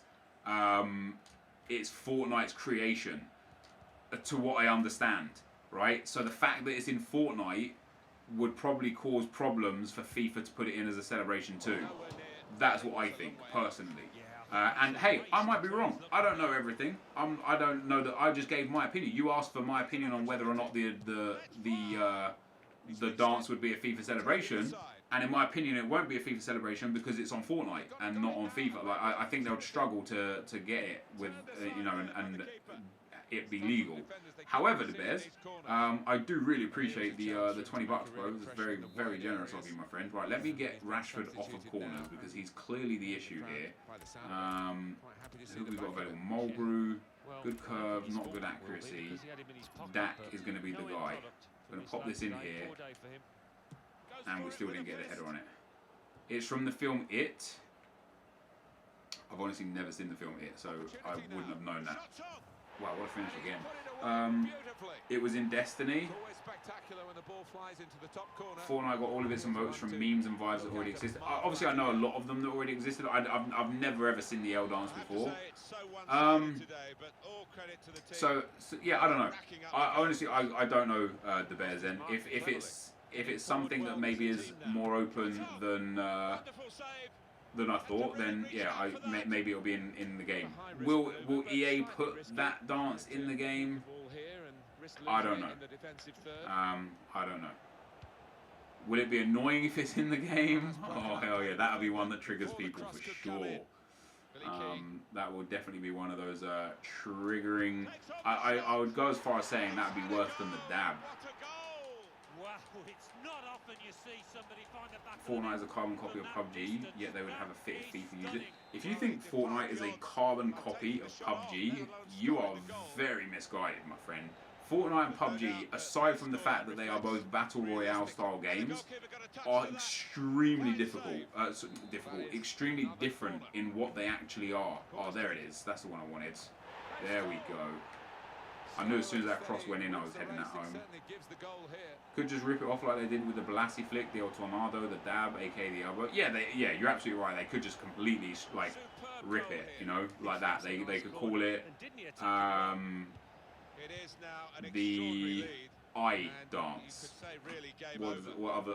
They could call it the backwards L. I don't know. They could call it a number of things. That's for damn sure. They could call it a number of things. It would definitely though be more annoying than the dab. I'll say that for damn sure. Oh, that's another one. Look at that too. Oh, I thought that was going to go in. The way that's floated in. There you go. I've learned how to take corners with Rashford at least. Just got to tap it lightly. Would I prefer better, Fortnite or FIFA 18? I don't prefer better either one. I think they're two very enjoyable games for very different reasons. They each have their pros and they each have their cons. You used to call me on my cell phone. Late night when you need me. You're the best. Thank you for the 5 spot, bro. Imagine shushing someone to the halfway line and doing the take the L dance. I'll throw my Xbox one out the window. Hey man, I like formations. Celebrations used to trigger me a fair bit back in old FIFAs. It was an aspect of my game where I was like, look, I actually lose games because I get angry that somebody does a specific celebration. So I stopped letting formations. Jesus, why do I keep saying formations? I stopped letting celebrations trigger me to a degree. Sometimes it still triggers me, but generally speaking, I don't care if somebody does any celebration. However, a shush and then an L dance would even test my patience, man. It would probably test my patience too. So, what a game, first of all. 9 goals from Lopez, absolute bangers as well. 5 assists from the big Rodrigo. But yeah, that was a boring waste of 20 minutes. But what we did complete was 3 objectives. So La Liga goal scorer got us a 350 coin pack. Cornered got us 350 coins. Corner's got a 500 coins, and then the weekly objective 10 goals using team of the season players. That gets us a small prime Electrum players pack, which we shall open. 6 items, 3 goals, 3 rares. Let's get a team of the season in one of these. Let's get a team of the season in this pack. Come on, EA, hook it up. Ah, come on. Let's see, what did we get? Oh, they're untradeable. Okay, never mind. So we'll just send those into the club for now then. I'll open a few bronze packs.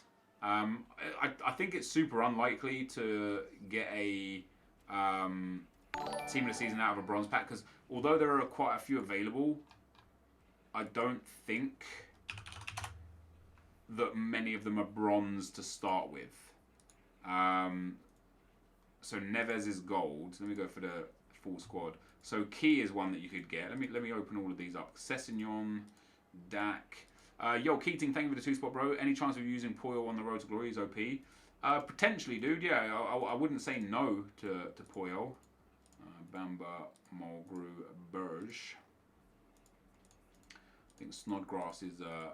just give me a second, dudes. I'm just opening up all these players so I can see what their base cards are, so that we can see what true chance we've got. So to start with, Key is a bronze rare. So Key is a chance straight off the bat. Yeah, Key has a good chance. Marriott is a bronze common card, so he has a good chance. Sessegnon is a silver common card, so there's a small chance for him. Dak is a silver common card, so there's a small chance for him. Madison is a silver common card, so there's a small chance for him. Kearney is gold, so there's no chance for him. Douglas is a silver rare card, so there's a very, very small chance for him. But there is a chance for him. Bamba is now a gold upgrade, so there's no chance for him. Mulgrew is a silver shiny, so there's again a small chance for him. Burge is a low-rated bronze common card, so there's actually a good chance for him. Snodgrass is a gold, so no chance for him. Yota is a gold. Reed is a common silver card, so there's again a very small chance for him. Vidra is a silver shiny, so there's a very, very small chance for him. And Pittman is a silver common. Powell is a silver shiny, so not really. Yo, Tweetman, thank you for the 2-spot, bro. What time do you think Dukiri will drop to? Probably like 60k, dude. And that's just a random, like, guess. Brian, there's a chance for. Carey, there's a chance for. Henderson, there's a chance for, even though he's upgraded massively. Akinfenwa, there's a chance for. Sheehan, there's a chance for. And Isia, there's a chance for. Okay, so there's actually, like... There's like 4 or 5 bronze base cards in there, and like 6 or 7 silver base cards in there. So there's a chance for a team of the season through a bronze pack for sure.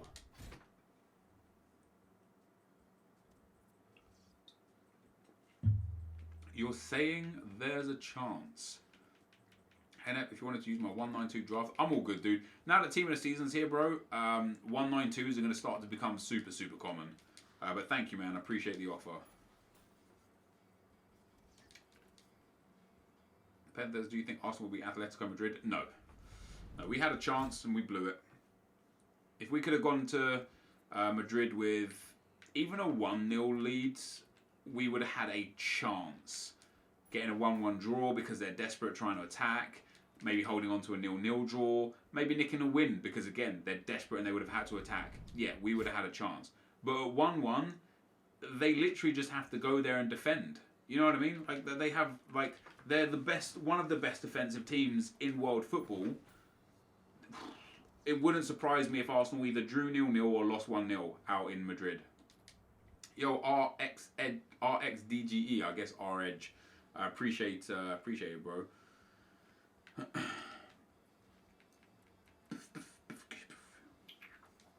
Your company in a small prime election players packs? Nice. Best time to do 2 player packs? Any time is the best time, dude, because like your luck is what is dependent on whether you get something good or not. There's no real formula as to you getting super lucky or super unlucky. It's, you know, it's just whether you get lucky or unlucky. Oh, Jesus. Nice. You packed Team of the Season Edison in my free Twitch pack today? Free Twitch pack? What do you mean free Twitch pack? Do I think I'll pack a crazy Team of the Season this year? Nah. Stan Lee. That's alright, we'll take some coins for him too.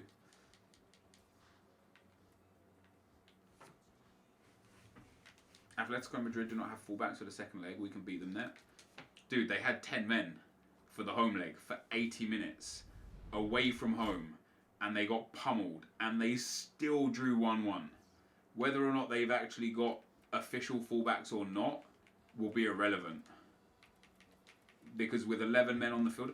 And hey, don't get me wrong. In one game of football, anything can happen. We've seen some absolutely wild turnarounds over the last few years. Barcelona slapping PSG to save their Champions League run. We've seen Roma coming back from an absolutely devastating defeat from Barcelona to beat them and go through. Like we've even just over the last year or so, we've seen some insane turnarounds. You know, one game, easily Arsenal could go out there and win it, for sure. But the question is, do I think they will go and do it? And the answer is just no. The Arsenal team just isn't quite good enough. The Atletico Madrid, they're going home with their tails up with an away goal.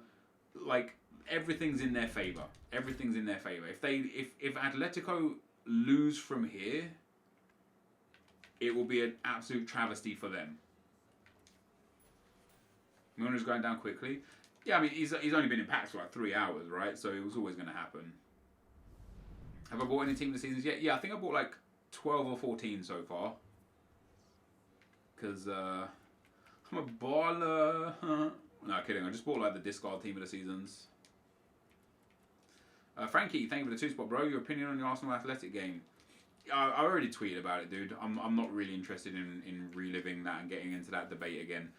Bottom line is, as a you know, TLDR, Arsenal had an insane opportunity and they blew it.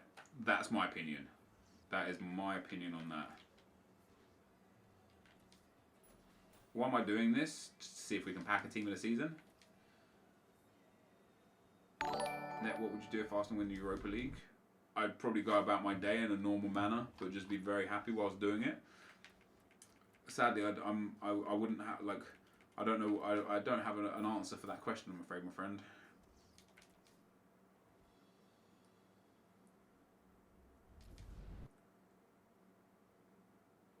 That's what AC Milan, the referee, was clearly helping Arsenal.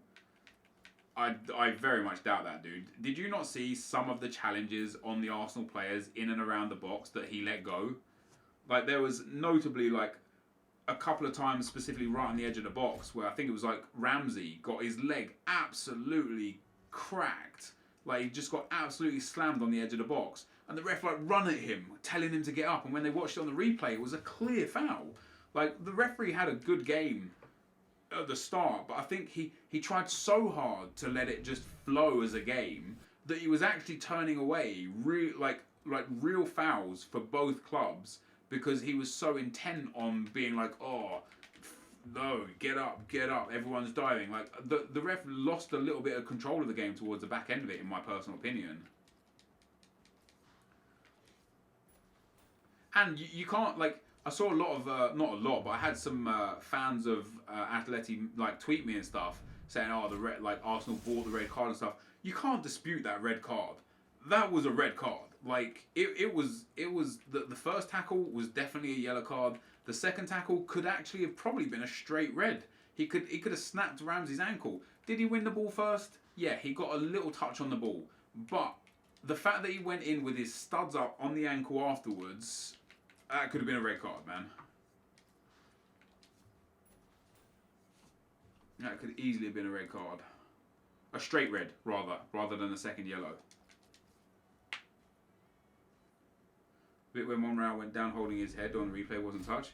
Yeah, I mean, I'm not saying that there was that you know, every player was a saint from both teams. There was some dirty tackles from both teams, some diving and manipulation from both teams, and the ref just seemed to have a I'm not paying attention to any of it. That's so fucking biased. No, dude. Like, you don't have to be a smart person to see that Vrsaljko deserved a yellow for both tackles. That, like, the only people that are being biased in that instance are the Atleti fans that are saying, oh, UEFA want English clubs in the final, UEFA are against Atleti. They're the ones being biased. Every single other person outside of Atleti fans are looking at that saying, yep, that's deserved. What about the foul on Welbeck leading up to the equaliser? Exactly, and that's what I'm saying. There were instances on both sides where actually the ref got it wrong, and it wasn't just in favour of Arsenal. It was at times in favour of Atleti. I thought Danny Welbeck got fouled in the leading up to the goal. The ref didn't give it, and they scored from it. Like, you know what I mean? Deluded, first one shouldn't even be a foul. You're right then. If you think the first one shouldn't be a foul, you are indeed deluded. If that was your opinion that the first tackle shouldn't have even been a foul, let alone a yellow card, you are absolutely deluded. Goes both ways. Really diving is an all-time high. It's so hard to ref a game now. Yeah, I agree, dude. Like players, like, they genuinely just manipulate. I can't remember if it was in the Arsenal game or if it was in a different game. There was one of the players got like brushed on brushed across his face and down his shoulder. Like literally no harder than what I'm doing here. No harder than this, right?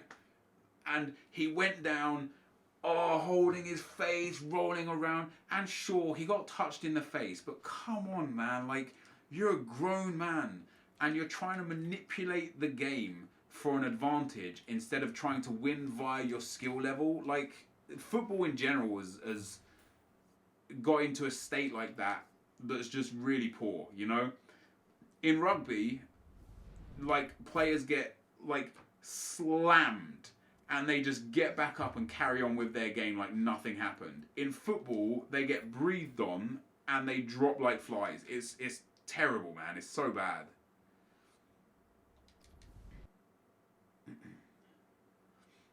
The only positive is that Welbeck has been fantastic for us. So, yeah, he's been playing really well, yeah. I'm so glad to see Lacazette scoring goals now as well. I thought he was like I got that sense that because he wasn't scoring goals and we just signed Aubameyang, I was like, oh damn man, Lacazette's going to be like here for one season and then he's going to go back to France and it's going to be like, okay, I tried, I failed, whatever. I really hope we can keep the foundation of the team that we've got because we have got some great players. We just need a manager that's going to bring change and more depth, and then we've got an insane team. You know, when you look at some of our better players, Ozil, Lacazette, Aubameyang, Aaron Ramsey, even Hector Bellerin. I rate Hector Bellerin. I know he had a season a few years ago where he was like, whoa, like, this guy needs to grow up and grow up fast, but I rate Hector Bellerin in general. We've got the core of a good, strong team. We just need more depth and a manager that can direct the team better than Wenger has done over the last few years. And I think we'll be back in contention for title challenges. I'm not saying we're going to win the title, I'm not saying we're actually going to end up in a title challenge, but putting ourselves back into the point where we're not 30 or 40 points behind, but maybe 5 or 10 points behind. You know, that's what I think we can get to over the next couple of seasons. But again, it all comes down to whether or not we will spend money. Yo, Christopher, thank you for the 20 spot, bro. What do you think of LFC this year? Yeah, I mean, they've had a good year, haven't they? Like, the attack is great. Oh, yeah, Mkhitaryan as well. Forgot about Mkhitaryan. We got Henrik Mkhitaryan in the club too. We really have got some insane players in our club. It's not that I don't rate Mkhitaryan. I genuinely just forgot that he was at the team. Like, we do have some great players. What we need to get rid of is these half-wit, like, defensive-minded midfielders that Wenger keeps buying in and get someone who's an actual established powerhouse. Coquelin, El Neni, Xhaka, get rid of this crap. Get us in a Fabinho. Get us in a Sergio Busquets type of player. A guy who's just going to break legs to make sure that you don't score. Bring us someone like that. Someone like Vidal. Someone like De Rossi. Someone that's like genuinely going to fight so hard to make sure that we don't concede. Because El Neni is more interested in, you know, breaking forwards. Xhaka is more interested in, can I hit this 40-yarder today? Like, Coquelin was more interested in skills and tricks. You know what I mean? Like, that's not what we need. That's not what we need. We genuinely need, like, an absolute destroyer in the midfield. And not only do we need one destroyer in the midfield, we need a backup destroyer, because inevitably they're going to get injured, they're going to get rotated, they're going to get banned, like suspended, like they're going to get rested. Like, we're going to need, that's what I mean, you need like depth. You know what I mean? We need depth in our club, and we need to improve. We definitely need better centre backs. I feel like we need a new goalkeeper as well. You know, Czech has been great through many years. Czech should now be a backup goalkeeper. You know, he's getting on a bit. He's got a lot of experience. He can bring some good stuff to the club and to the dressing room. But generally speaking, he's past it. We need a world-class goalkeeper. We need a world-class midfielder, and we absolutely need to reshape our defence. And then we need to bring in squad depth, because right now, like, you know, you look at who we've got. It's like our backup players are people like Iwobi and Ainsley Maitland-Niles. And don't get me wrong, Maitland-Niles has done really, really well. When I've seen him play so far this year, he's actually played really, really well. But he doesn't have the experience for the big games. He doesn't have the skill level to play against, you know, a Griezmann or a Messi or someone like that, like, or even like an Alexis Sanchez or even a Lukaku or something. Like there's just so many areas that we're lacking, and they need to be improved. They just do. Butland, Leno, or Pope. Like, Leno would be good for Arsenal. Butland maybe as well. Butland would be nice. But yeah, you know, there's a lot Arsenal are doing wrong right now. When you look at like the net spend last year, and I spoke about this on Twitter through the summer. Like I said, Arsenal were a for-profit club. Arsenal aren't interested in anything other than making profit. They're being run like a business. And somebody was like, "Oh, you guys spent like 300 million on players this year. Why are you complaining?" It's not about what we spent on players. It's about how we worked as a club. And what happened is that, yeah, sure, we spent 300 million, but we also sold over 300 million's worth of players as well. So yeah, we got a lot in, but we sent a lot out. And all the other clubs, like Man City, had a net spend of 400 million. Arsenal, like negative 400 million. Arsenal had a net spend of positive 70 million. Like, we made 70 million in the summer, and you wonder why we're failing as a club. If you want to be a successful club like Man City, like the Man Uniteds, you know, like the Chelseas of the world right now, like the Real Madrids and the Barcelonas, or the Bayerns and the PSGs, what have all those clubs got in common? They are picking up huge, huge players every single season. Whereas Arsenal might pick up one or two huge players every season, but they also sell one or two huge players every season, you know, and it's just not a good way to work things through. Yo, Frankie, thank you for the $3, dude. Says, so like Rajak or Casemiro, someone tough as F. Yeah, exactly like that, dude. Someone like Casemiro, someone like Busquets, Rajan Angolan, Arturo Vidal, Fabinho. Who else have you got? You got like Kante. You know, just someone that's just gonna work their fingers to the bone and make sure that the opponent is put under immense pressure at every single opportunity. Roma had to sell Salah and Rudiger for FPF and to get Champions League semi-final, and got to Champions League semi-final. Yeah, oh, don't get me wrong, dude. There are obviously you're going to get anomalies. You're going to get an outlier where you can say, oh, but this club did this and this club did that. But if you take out those single or sometimes double events of, oh, but this club did it and that club did it without doing that, and then you look at every other club, they all spent massively. You know what I mean? If only Busquets was tough as F, lol. I guess you don't watch Barcelona play if you think Busquets isn't tough. Busquets is just one of the best, like, holding midfielders in the world, dude. Another person says Busquets isn't tough. I watch a lot of Spanish football because we basically get all the Real Madrid and Barcelona games here in the UK on TV. So I watch most of all of Barcelona, Real Madrid and Atletico Madrid games. Busquets is a machine, man. What's the point of this? Just to see if we can pack a team of the season, dude.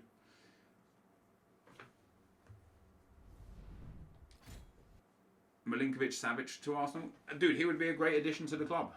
Proven himself this year. Playing very well. You can have Bakayoko from us. We'll throw in 20 million too. Hey, I'll take it.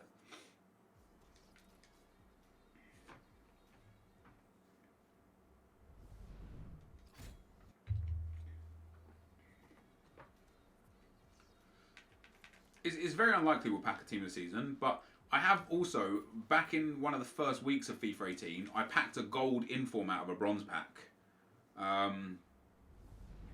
And I've only done it once, and I've opened a lot of bronze packs and only done it once. But the reason why there's a chance is because, like this, you know, a silver common card pops up every now and then, so you do have a chance.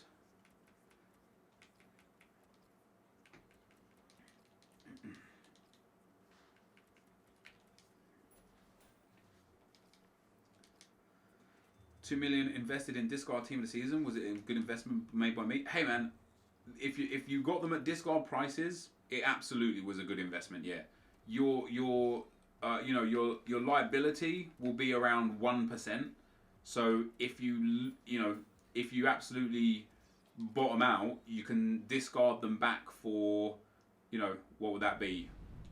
Just under 2 million coins. You'd lose like 20 to 30,000 coins, maybe 50,000 coins at a push.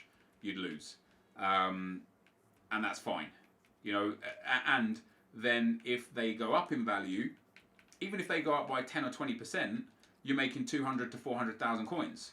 If they go up 30 or 40%, you're making 600 to 800,000 coins. That's smart, dude. It is smart. I'm very tempted myself to invest another 300 to 400,000 coins in team of the season cards. My problem is that I don't have the space on the trade pile, and I would have to sell off 83s and 82s and stuff like that I've just been hanging on to, and I don't know if I want to do that because there might be more profit available in those than in team of the season discard cards. So I don't know. I don't know. I don't know if I want to get some available to me or what, because like there's quite a lot of like some of the best players to invest in are the 83 rated dudes that are worth 20k. So that Carey card, Powell, the 81 Henderson at 20k, he's definitely worth it. But yeah, there's a few 85s as well. Dak that you can get for like 22, 23k is pretty good. Mulgrew is a very, very good card to pick up. 85 rated for 22k, bargain. I'm just saying the team of the season Akinfenwa is amazing. He scored 14 goals in his first 6 games for me. Yeah, I mean, dude, you can make any player amazing in this game. As long as you play the right style of football with the specific player, you can make them amazing. Remember that video I did a few weeks back where I used FUT Swap Negredo and FUT Swap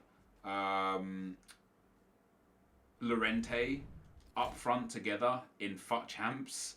And I slaughtered teams. And one of those guys had like an prime icon team with Team of the Year Bonucci and so on and so forth. And I battered them all because I just adapted my play style. I slowed my game down. I picked a formation that suited the team. And I started using those players for their strengths. What happens in FIFA, the FIFA world, is we get so caught up in the meta players and the hype of the players that are fit, efficient and effective, that it forces us down this rabbit hole of a style of FIFA to play. So we all play 4-1-2-1-2, narrow, counter-attacking, pacey players, and we all get lost in this world of FIFA that becomes monotonous and boring. And when you put players like Akinfenwa into your club, you're like, okay, well I can't like keep threading him through balls because he's never going to latch onto them. So let me build up the play, get it into his feet, either use his strength to create chances or have a bang with him. And you end up playing a different style of FIFA, which is really then hard for your opponent to adapt to because they're so used to these ping-pong through-ball passes. You end up playing good FIFA. You know what I mean? You end up playing really good FIFA. You end up enjoying the game more. And that's why, for me personally, over the last few weeks and months, since I've stopped playing FUT Champs as much, and since I've actually started playing this game for fun, I've actually had fun in this game because I'm using players I would never have used if I was still playing 40 games of FIFA every weekend.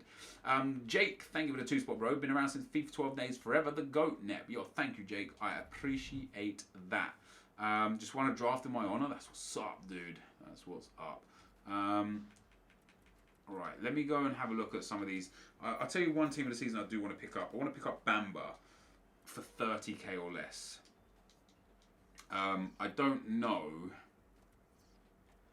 if that's necessarily worth it. He's 88 rated, but I do think his price will come down into the high 20s, mid 20s. But I don't know, man. How much is Milner like way lower now? Yeah, see, Milner's getting down there. He's down at like the 140 now. Yeah, like 145 for Milner now. And we saw people buying him for like 200, 250k, dudes. Crazy. Let me go for Bamba real quick.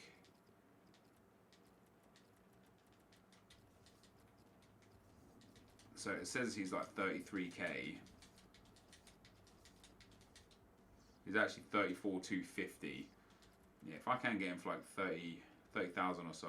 I saw one for 30,002, didn't I? That was there for like 15 seconds and I decided against it. I could have bought it, should have bought it, could have sold it.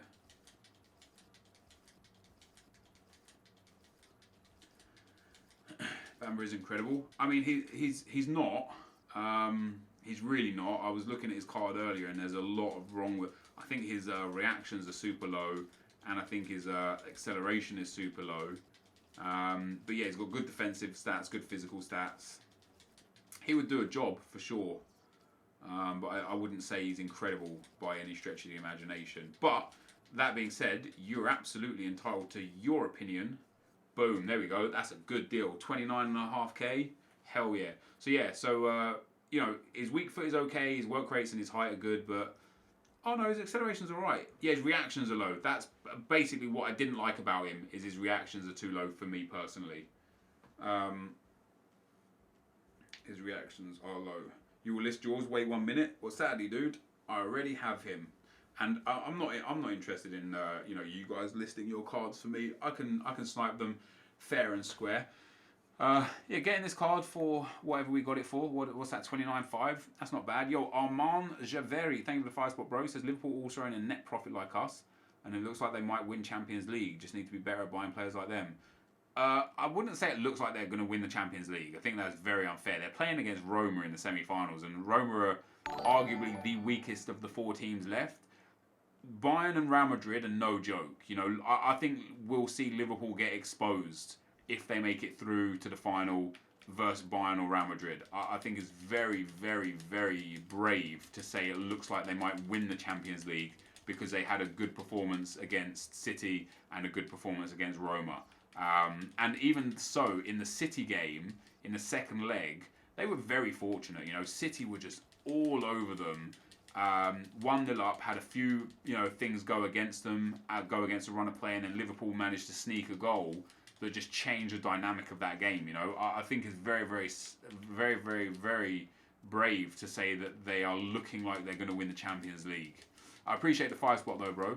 Liverpool also are in a net profit like us. Let's Liverpool net spend.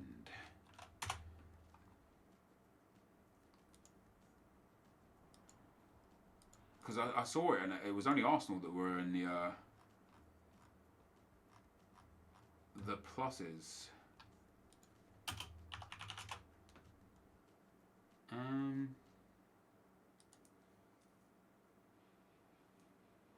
don't want a video.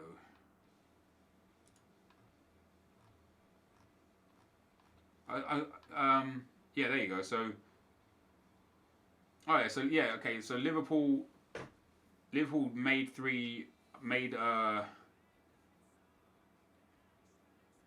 sold 107 million and bought in 104 million. So Liverpool made 3 million, and Arsenal made. Oh, this is over the last 10 years. So over the last 10 years, Liverpool made 3 million. I don't know where that. Do you guys remember, like, Sky Sports had like a graphic? If anyone can tweet me that graphic, I'd appreciate it, showing the net spends of the teams over the last year. But over the last 10 years, Arsenal have made 42 million. And this doesn't include deals done in January 2018.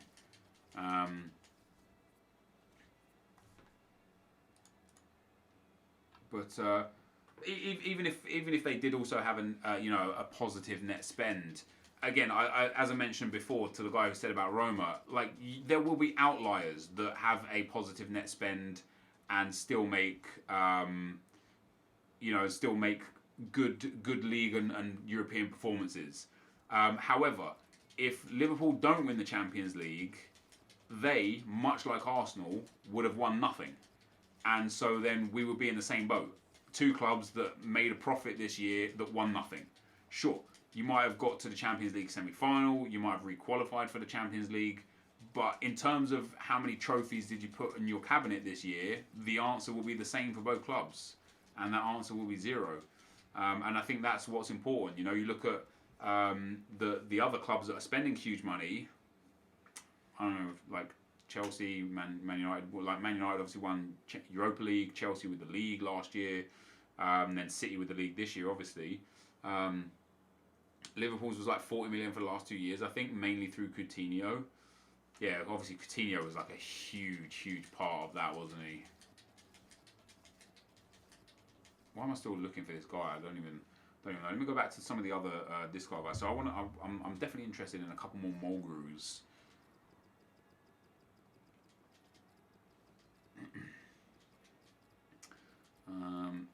It says he's down at 22k.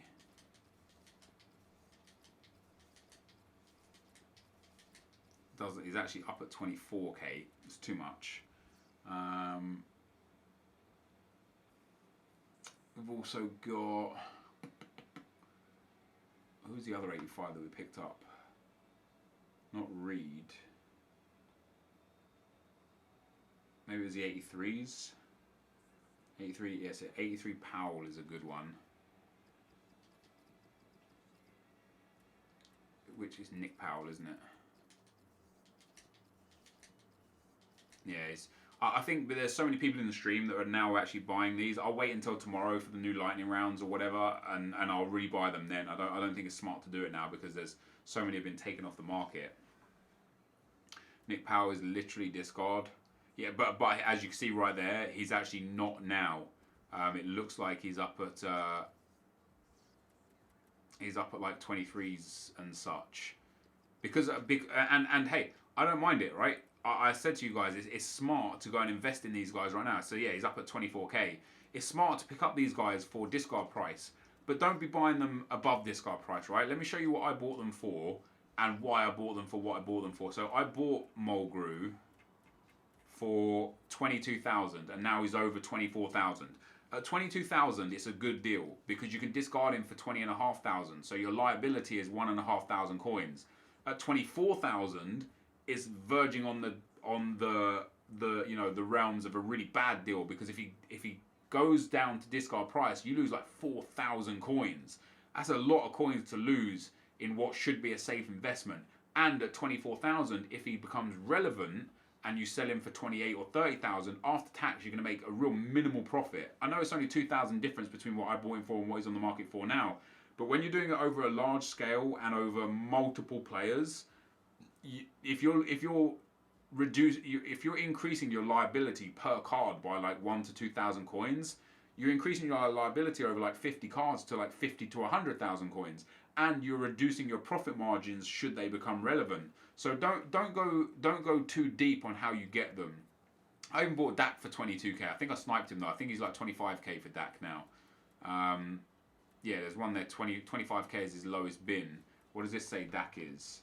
This says Dak is 24k. So you know what I mean. Like you got to be smart with it. Like Pittman was a good purchase, 22k. This guy I'm happy to sell this guy again now because he's already. This is why I didn't necessarily want to buy him because I even said to you guys when I bought him, I said, do you know what? Let's buy him and just have some fun with him. We bought him for 39,000 coins, and I bin sniped him. You want to know what he's at now? 34,000 coins. So I've already lost 5,000 coins on this guy. I might hold on to him to see if he goes back up.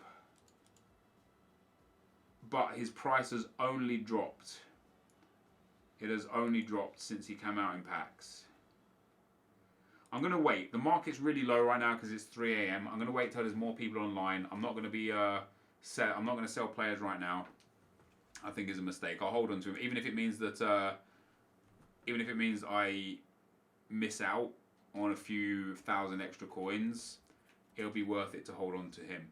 But for today, guys, for now, this is actually going to be the end of the stream. 3:15, a 3-hour stream. This will be made into a video once it processes. I'll publish it and send it live. Thank you guys for chilling, man. I appreciate the support. You guys are awesome. And more of this tomorrow night, I assume. Maybe some FUT Champs tomorrow night as well. But yeah, thank you guys for watching. And I'll see you next time. I'm out. Peace.